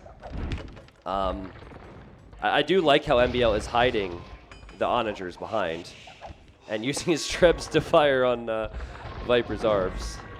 Well, yeah, I mean, really, there is no terrifying RO. Okay. What? Did MbL just delete his Onager? I don't think so. I think the Arbalest killed it. I'm not sure, to be honest, but these units are playing, and they're being controlled in no lag. It wouldn't surprise me to see Viper just micro this. Yeah, look, it's so easy for players in no lag, and it's Viper. Don't make me look bad, Viper. Yeah, just annoying, right? An annoyance before the Karambits come. Elite Karambit Warrior, plate barding armor. This is not looking great for MbL. Yeah, there are very, very few Plumed Archers out just now. They are missing several upgrades. Elite Chemistry, Leather Archer armor coming in. So he's doing the right things, but it's just going to be a matter of timing. I mean, Plumed Archers, they need to be masked up at this point to be especially effective. And the Karambit Warriors, they just train almost instantly. Looks like Viper's Arbalests were cleaned up. But now MbL's Trebuchets going down to the Bombard Cannons. All the Trebs will die. Viper can so easily micro them. MbL's Castle will then die, and this is all before the Karambit spam begins. MbL tried to delay Viper's push, but the delay push is too strong, and he has nothing. He has nothing except a few Onagers and a Treb. That's it. Yeah, and Karambit Warriors, they're going to be almost fully upgraded in just a second. Just going to need that Blast Furnace tech, and they should just be able to run over everything, shouldn't they? I mean, Plumed Archers aren't going to be that amazing. They could go in now. The only risk if they go in now is MbL could use attack round, but Viper doesn't. He's not overextending. He doesn't want to lose his military. He knows that it's MbL who needs to respond. Yeah, just as you said that, Viper carelessly lost a Bombard Cannon. Yeah, of course, naturally. But more importantly, the castle of MbL is going to go down, and you need those castles to produce Plumed Archers as much as you need them to defend yourself, and here come the Karambits! Big shot! Oh, Viper, perhaps wanting to see where the Onagers were, ran in and then out. He commits to a fight, and he'll clean up the Onagers and Trebs at this rate. It's looking so easy for Viper with this unit composition. Ooh, that was a nice Onager hit, but you need a lot more Onager hits where that came from if you are MbL. He is so far behind in military right now, is possibly only able to keep a couple of Onagers alive. Still several Bombard Cannons and a Trebuchet for the Viper. Yep. He's able to put on plenty of pressure. There are still 3 castles, though, for MbL, so he can, if he can buy just a little bit more time, he can possibly get the Plumed Archer numbers he needs, maybe. Yeah, it's a big maybe, right? Would need a few more big shots, would need some more time, possibly. It's the military number that's the issue. It's 46 military versus 22. It's not necessarily the long-term plan for MbL. I like Plumes. Onager can be decent, but he needs time. He does need time. Plumed Archer is going to do what they can to whittle away at these Bombard Cannon numbers. Again, any sort of time that MbL can buy himself is going to be essential. Onagers in the back. Nice little bit of micro there from MbL, getting some nice kills. And this should be a pretty cost-efficient trade right now for MbL. Very good. He's used the Plumes to push the Bombard Cannons away, and Viper seems very hesitant to run in against these Onagers. Oh. He finally runs in, right? And he loses a bunch of them, but all he needs is the onagers. Kill the onagers and use the bomber cannons from behind. Yeah, Viper just has to send in wave after wave of these Karambit warriors, and even if they all die, as long as they kill the onagers, that's fine. But, the condition there was that so long as they killed all the onagers, and they didn't do that. Yeah, to be honest, the bomber cannon micro has failed Viper over the last couple minutes. He is sending in Karambits, but they're one by one, and MbL takes the population lead. He has the relics. It seemed like Viper's plan was flawless, but now it's falling apart. Yeah, and I think it just comes down to Bombard Cannon micro. He threw away so many Bombard Cannons at various points in this game. Was able to snipe one onager, but if MbL can produce some trebuchets, perhaps, he can start to take the fight back to Viper, who is just as reliant on castles to produce his army as MbL is for his own. And Viper, you know what? He was tech switching there. He was tech switching into Elite Skirm, and during the tech switch, he lost his advantage. Now, he has Elite Skirms, which are still good, but they're not so good against onagers, so Viper doesn't have the long-term gold. He's still walled in on this side. This gold was slightly lamed, but he'll get to it. The longer the game goes, the more I like Mayans. Well, that's not necessarily true, but at least with the relics and the gold control, yeah. At least with the gold control, that is going to be something. We do have to remember that Forced Levy is an upgrade in this game, and it provides a degree of inevitability against a Civ that doesn't even have light cav or anything like that. So that could be a problem. MbL getting his Imperial Age Eco upgrades. So it looks like the game is going to perhaps calm down just a little bit. Even some monks, interestingly, coming in for MbL. He really wants to be cost efficient. Yeah, so there's a couple interesting stats I'm going to show the viewers here. First stat, the bottom left, you'll see the castles and the KD. The KD is not looking too good for Viper now, though it might get better if he gets in on the right-hand side of MbL's base. And then the other thing here is the wood per minute, food per minute, gold per minute, and stone per minute. Viper has a lot of food income for those skirmishers and Karambit warriors. And then, of course, it is 4 relics for MbL. Indeed it is, but Malay never the Civ that really needs the most gold in the world to be effective. For sure. It just takes a little bit of gold to produce a ton of Karambits, and so long as you have at least that, you're going to be just fine. Not quite able to take down the Onager is the Viper, and it looks like this army will be cleaned up at the right-hand side, although Viper getting at least a little bit of eco damage done. At this point, they're just trading blows against each other. So it's kind of tough for Mayans here, because if Viper goes all Elite Skirm, the normal response would be Eagle. But if you go Eagle, Viper already has the Karambits. So Malay do counter Mayans in a lot of different ways. However, if... Oh, boy. Yeah, okay, MbL killed a Bombard Cannon. That's worth it. Yeah, that's totally worth it. Viper, interestingly, getting guilds already. Viper, he is preparing for a super long game. Yep. And MbL, he is not one to stray away from the 3-hour games himself. Oh, my God. Yeah, well, Viper will sell that wood, sell that gold. Man, just winning at guilds is huge. If he sells all that before MbL sells his resources, he'll bank up so much more gold than MbL will. We'll have to see. Onager hits could be huge, or they could not be huge. Oh, God. That was actually a decent Bomber Can hit, but all of them are going to die, and that's not what you want if you're the Viper. Yeah, plumes are still fairly decent against skirmishers. I know Viper skirmishers are cheap. Funny enough, no one has sold at the market. They're all busy microing right now, so I'm looking at those resources.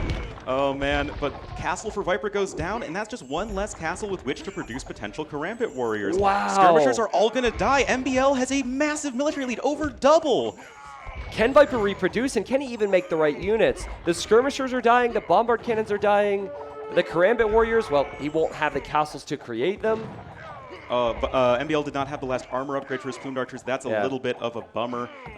It's all right. He just needs to snipe the bombard cannons every time. He's sacrificing plumes because plumes are cheap. Snipe the bombard cannons, use the onagers behind, and take position with the traps. This is good. Yeah, this is really good for MbL. Skirms are terrible against onagers. It's just you don't have anywhere near enough damage or fire rate to get through that. And Viper switching into, I guess, scale barding, but MbL even prepping the pikemen. And these onagers, that you just can't prevent those onagers from doing a ton of damage.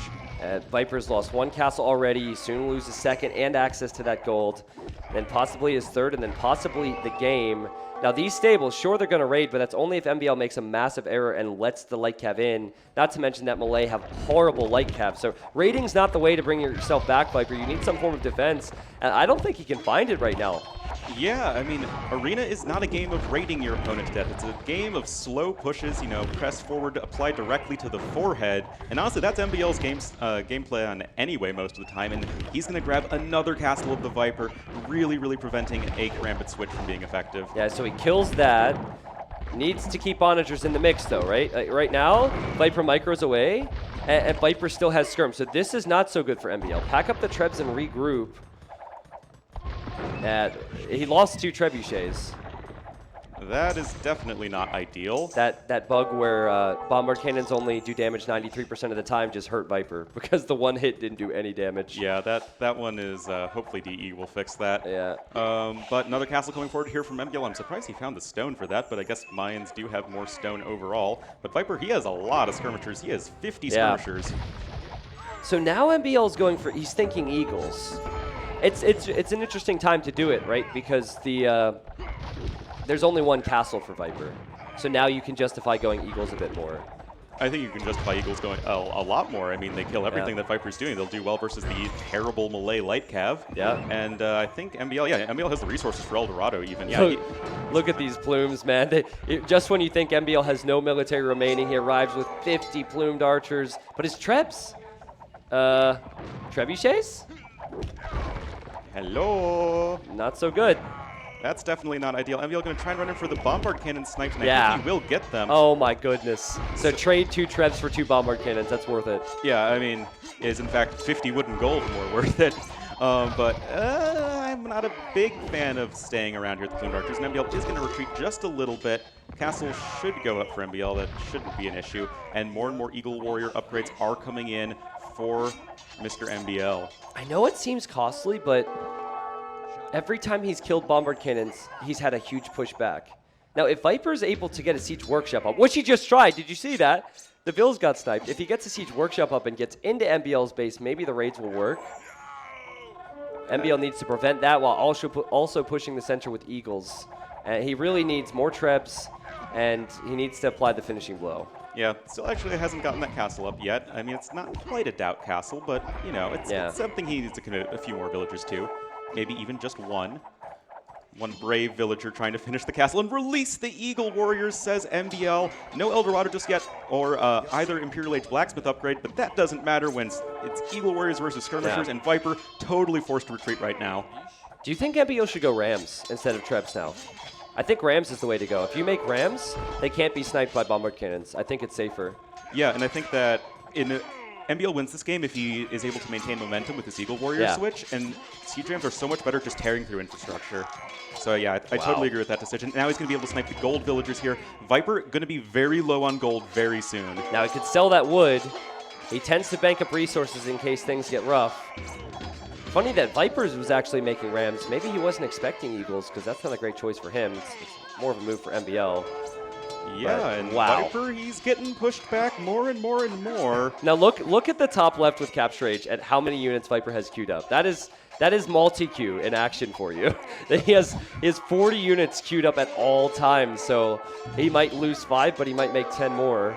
And what the problem is, they're all streaming in one at a time, and Malay never have the most population-efficient army regardless. Viper getting the Men-at-Arms upgrade. He is going to prepare for the super long-term switch of two-handed swordsmen with forced levy that don't cost any gold, but he doesn't even have that upgrade. And that castle, if it goes down before forced levy, that's just a total waste. Where are the Trebs for MbL? Where's the siege? Why is he not pushing? They're rolling forward right now. Okay, there we go. They're not here just yet.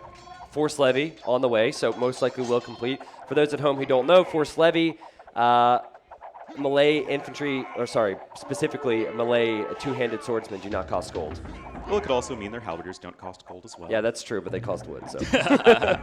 Yeah, that is true. More and more elite Eagle Warriors coming in. Again, no Eldorado just yet, but so long as they have that +4 defense, they are going to be plenty tanky as is. And that castle is looking mighty exposed here for Viper. And the way to look at it, sure, the two-handed swordsmen don't cost gold, but two-handed swordsmen are still horrible versus plumes. And they're all right versus Eagles, only if you can make a lot of them. So sure, that's a fancy tech, but two-handed swordsmen are not going to change Viper's situation. They won't unless he gets an answer to the plumes. And his answer to the plumes are skirmishers, which are currently dying. Indeed, they are. Viper trying to make a big counterattack happen at the base of MbL, but I mean, Arena's not the map where this sort of thing is usually your best way to win a game. I mean, Viper might smash through these fortified walls and start to bust in. I mean, he has the production to do a ton with it. But his population is already falling rapidly. Oh, but can he kill the Trebs? Can he keep his castle up with the Rams? Are you kidding me? No way! Oh man, that is so painful for MbL. That has Wow. really taken the wind out of his sails.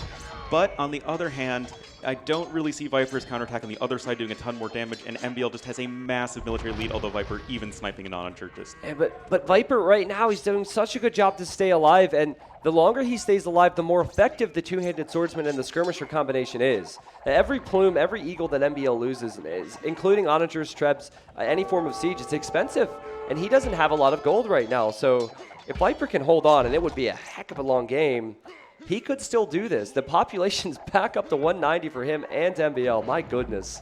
Yep, in come the two-handed swordsman. More and more archery range is not coming in for MbL. He needs to transition into his own skirmisher just because he needs something that doesn't cost gold. And now we're going to be seeing the situation where MbL, he has a tiny bit of gold income from one of Viper's golds. But other than that, it's just going to be full-on, what's better, melee trash or 4 relics. Yeah, well, I'm liking the relics right now. I think maybe MbL should consider making some of his own trash. That would be a huge help. Well, he has these pikemen that he's been making in small numbers. And pikemen and possibly skirm in some situations. Yeah, I mean, skirms are just going to be like a worse version of plumed archers at this point. But Thumbring going to be coming in. That's going to be a nice upgrade to have for sure. And still, in a straight-up fight, you really have to favor MbL in these engagements. Well, what Viper's doing is controlling the fights and where they happen. So this sneak on the right has been perfect because as MbL addresses this, Viper pushes back forward.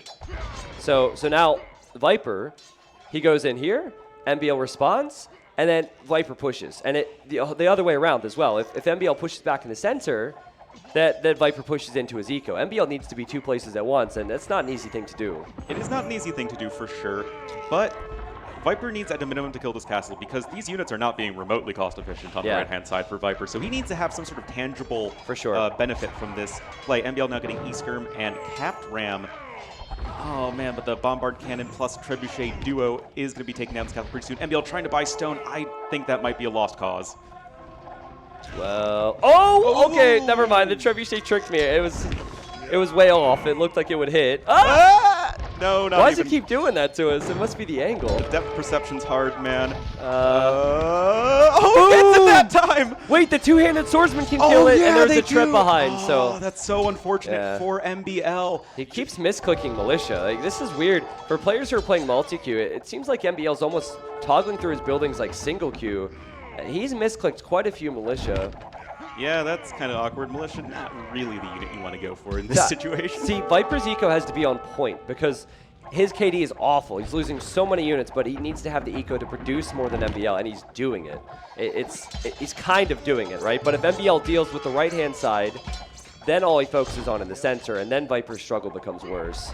Yeah, Trebuchet is sniped by MbL. Beautiful. That's going to be quite nice. Still needs to scrounge up some sort of answer to all of these elite skirmishers, but on the right side, not able to afford siege ram, but still cap rams. They're going to do the trick. They're going to be able to tear through all of these forward buildings from the Viper. Yeah, this will take some time, but this is good. MbL needs to hold the center, clean up the right-hand side. These plumes, if they go to the middle fight, MbL wins that fight. So that is most likely if he has a bit of a meat shield. It's a great move from him, but man, what a game this has been. What a series. I know that MbL might be down 2 games, but game 1 was still pretty competitive, though it was short. Game 2 was amazing, very entertaining, and then game 3, we're past an hour now, Orlu. This is fantastic. Yeah, this has just been a fantastic series so far, and now MbL even coming in with these Eagle Warriors, they're going to really help in the destruction of the buildings as well. Probably don't want to bring them around to all the skirmishers, though. That's probably a better use of them. There you go, MbL. Yep. And he's going to do that, and he should win this fight very convincingly with gold units versus trash units. Yeah, MbL just needs to kill the two-handed swordsman. This won't even be close. This won't even be close. He will destroy this army. Indeed, he will. Most of the two-handed swordsmen are now dead. Light Cavs are going to be able to clean up most of these, if not actually all of these rams, though. So Viper, he still finds a way to squeeze out at least something from that engagement. These militia are cracking me up, man. Look at that. The assist, the meat shield. At least upgrade them. Just man-at-arms upgrade. A siege ram, okay. Use your food that way. Yeah, that might be a little bit of a better investment. Look at this red wave coming from Viper's base. Instant production again. And he's coming back with a Treb, 2 bombard cannons, skirmishers, light cav, 2-handed swordsman. He's doing everything Malay can do except for the elephants. Well, elephants would be pretty terrible in this situation, so I do not blame him. But these castles, they are pretty vulnerable at this point, and they are really critical, obviously, for the production of the plumed archer. And MbL, he's kind of out of position right now. Viper, with just a larger army, larger economy, he is really trying to push home right now. It's almost like Viper sent those other units to the right to keep MbL occupied as he masked the siege and came forward to kill potentially both castles. MbL doesn't have stone to repair. Yeah, Viper also grabbed siege engineers at some point, so that's going to really help destroy these castles just that much more quickly. But Viper needs to kill that castle. Why did he not finish off that castle?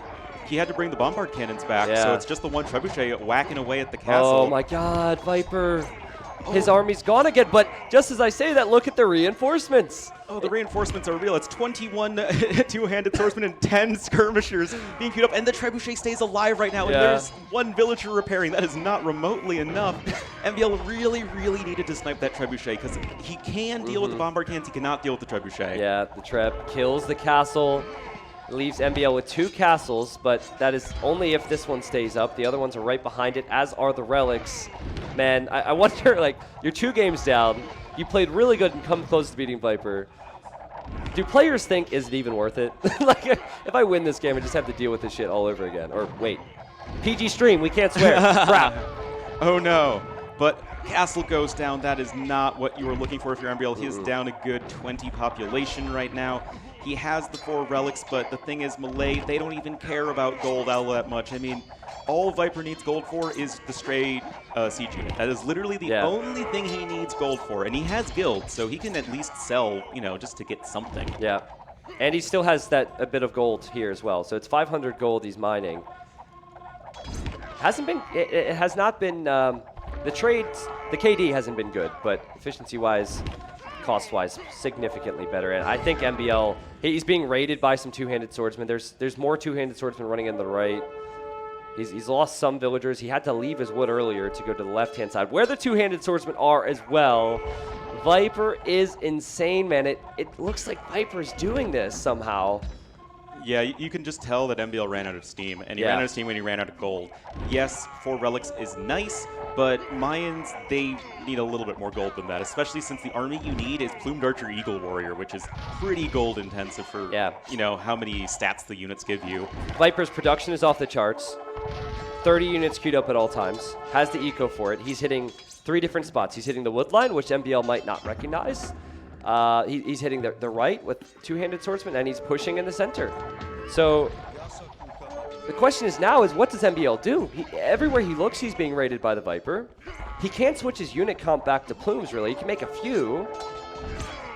And here's the huge problem for MbL in that he just doesn't have scouts. And wow, GG, well played. That was sick. Just beautiful game from both players. MbL with the head shake right there. Feels, man, I could have had it, but both players just played off the charts well, and that was just such a back-and-forth excellent game, T90. Man, I mean, sorry, just trying to think about how we sum this one up. Obviously, we stressed it in Feudal Age and Castle Age. Malay have a huge lead economically, a huge, huge lead. Viper, he tried to push out. MbL went for the stone walls, which I think bought him enough time, by the way. I think that was a good play, but it ended up being this base on the right.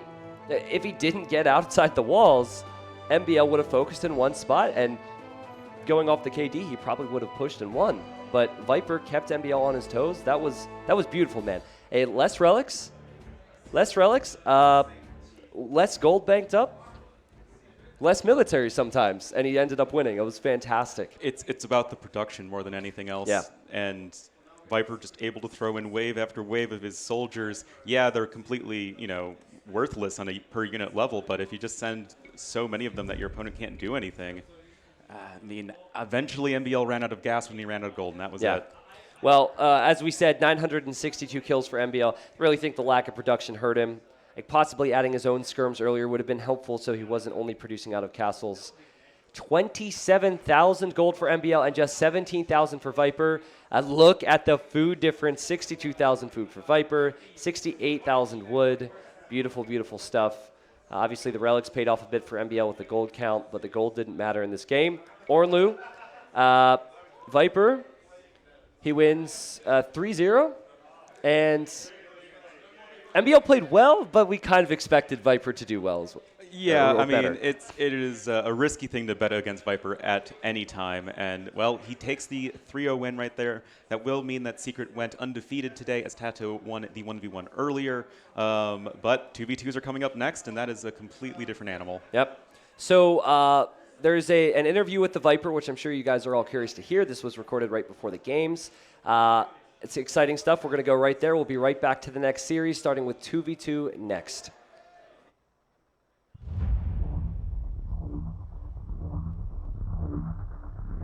When I first picked up Prismata, I was playing a lot.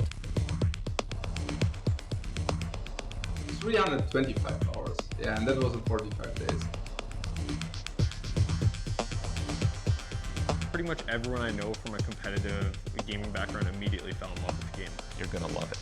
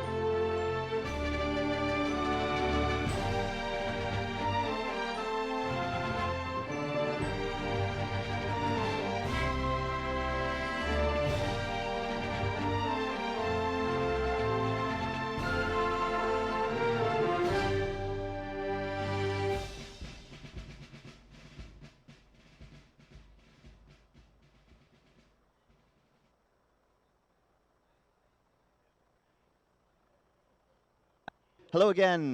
We are joined on the sofa by none other than the Viper. Thank you for sitting down and taking some time to chat with us. All good.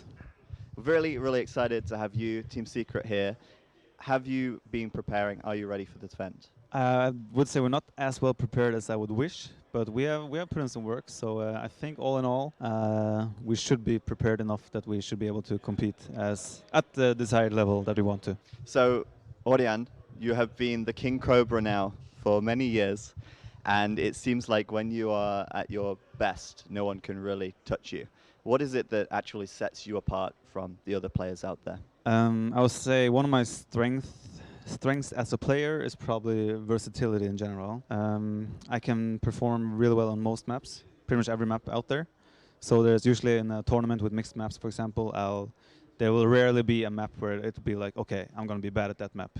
So that's one of my strengths, I would say. Other than that, I think my skill set as well is very versatile. Macro, micro, speed, all that stuff is at a good level, I would say. So it's a little bit hard to tell. Maybe it's the whole package, kind of. I don't know. It's hard to say. You just got the whole package. I don't know. No, that sounds weird as well. I would say also I manage during tournaments. I feel like I'm able to put in that extra type of... Like if there's a tournament where I feel like I really needed to step up my game, after that tournament I'll be exhausted. Yeah. So I feel like I'm able to put in that extra focus to just like make sure I'm doing everything right, not taking huge risks.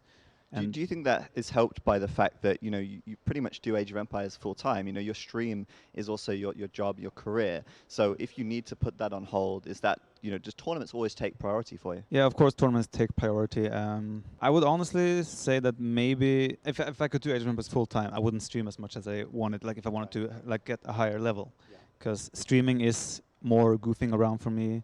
I'll do my masterpieces and things like that. But then again, those types of plays give me a lot of knowledge about the game, because I'll do a completely unorthodox thing and I'll figure out maybe, oh wait, this is actually quite strong, such as like the organ gun. I think after I started playing around with those and using them in different situations, suddenly now they're a viable unit in a lot of situations. So like, I could argue that maybe it helps my knowledge and versatility, but I feel like at the same time, from a pure skill set point of view, streaming so much and having it as my job is I think it hurts my mechanics to a certain extent at sometimes. But I always feel like when a tournament comes, I'm able to get back to the level where I want to be at. So, of course, having the option to choose, okay, today I'm just not going to work because I want to focus on a tournament. That's obviously very helpful in terms of Age of Empires. We don't call them Orjan guns for nothing. Exactly. Team Secret are obviously very well known for coming to events very well prepared. What does the preparation for the team look like? The main part of our preparation is spending time to make Doubt show up. Besides that, no, You stood right over there, you know. I know. But I would say most of the time it's like we agree to meet up, all of us who is participating in the tournament. It can be a little bit difficult with Slam sometimes because of time zone, but and also Doubt because Doubt. But I would say me and Tato mostly we would get on, talk a little bit. Doubt, Jordan, if they can, they come as well. And we just go through maps, we go through the settings, figure out which civs are good on what maps and such. And we'll think about strategies. And if we can, we also like to take that to practice. So we'll practice with each other or find other teams to play with. And pretty much just try to figure out, okay, what's going to be best for each map, for each situation, and which civs should be utilized. Especially now with this day and age, there's a lot of different settings with rule limitations regarding civilizations. Especially at the ECL as well, Yes. where we have nearly every map from the whole year. Like the best ones have been picked out. There's a lot to prepare for there. Not only maps, also the civ pools. It adds so much. You need to make so much more preparation in terms of picking where you use which civ, and also sometimes the other team has that civ which you cannot have. So there's just so many times we have to adapt on the spot, but also the preparation that comes into, especially an event like ECL, is just we probably have spent the most time ever on preparation for tournaments for like an event like ECL. You and the rest of the team joined up with Team Secret last year, and I'm really curious to know how it is like working with them and if anything's really changed for you since you joined up with a serious esports team. Team Secret obviously is a big name in esports, especially Dota. And Age of Empires is not the biggest esports comparable to that. So We're getting there. in general, I would say not much has changed for us. We're still the same team, the same players, and we didn't have to change our ways in terms of how we stream, how we prepare for tournaments or anything. Obviously now we're wearing the Secret jerseys, we're using the Secret gear, so those things have changed. Besides that, not too much have changed. Obviously there's a little bit more attention because of Team Secret being who they are. So social media-wise and such, there's more attention, but in general they're awesome guys. They treat us really nice. We feel like we're a part of the team, even though we're in theory a very small part of the team. But yeah, it's been awesome. Nice, that's really good. Earlier on this year, you actually moved your stream from Twitch over to Mixer. I'm really curious to know how that's actually gone for you so far. For me, being on Twitch got a little bit stale after a while. I felt like I needed a change as well. I needed a little bit of a motivation spark. And with Age of Empires 2, the ambitions they have for Age of Empires in general now, it seems like it's massive. So with Microsoft being Mixer being Microsoft rather, I felt like after I talked to them that it would be a project I would want to be a part of. With all the investments they're doing in Age of Empires 2 Definitive Edition, Age of Empires 4 is coming. It just sounded like a really exciting project, and you can see now Mixer as well, they got people like Ninja coming over, and that's definitely putting a big spotlight on that, and competition is always healthy. For Twitch, Mixer, I think both platforms are going to excel and improve. And yeah, it just felt like I've been on Twitch for 7-8 years already. I just felt like for me it was a good thing to get some change in my life, and Mixer seemed like a natural project for me. Get back to your roots and remember why you started streaming. That sounds familiar. I wouldn't say exactly that, but yeah. No, it's just like I felt like it's a channel, not a challenge, to sort of start over again and like build a new audience. And yeah, hopefully Age of Empires and Microsoft will give more options and features to the game that will also I can benefit from being at Mixer. You mentioned about sort of, maybe a new audience. Obviously, a lot of your existing audience will have come over. Do you think there's a lot of audience building potential through Mixer, especially now that it seems as though they're interested in getting other big streamers on board? Yeah, for sure. You can ask a lot of people as well. Like, if you ask people on Twitch, a lot of people wouldn't even know about Mixer before Ninja made the move, for example. So, and then again, there are so many people watching on Mixer already that don't watch on Twitch. So there's two different audiences there as well. And then you have everyone who's playing on Xbox, for example. They also can watch Mixer from their console, etc. So there's definitely a huge audience there. And as Microsoft keeps pushing Age of Empires, I assume they will keep pushing Mixer as well on top of that. And as far as I know, it's already been confirmed that Mixer will be integrated in Age of Empires 2 Definitive Edition. So there's that as well, and there's potential for a lot of audience coming through there too. You also made another quite large move this year. Now that you're living in Germany, sprechen Sie Deutsch? I'm Bizzle. How has it been actually sort of making that move, changing everything to go over there? It's been quite challenging in some ways. I mean, I pretty much changed my job, if you call Mixer and Twitch moving there my job. So I changed my job and my country at the same time, pretty much. It's been very hectic. I really enjoy it so far. Like, the city I live in as well is quite a green city for a big city. And in general, I would say Norway and Germany isn't that different. But Germany is very complicated when it comes to tax stuff. Obviously, getting the apartment together, getting all that stuff. Just recently, this week, we got our bed and our bedroom sorted.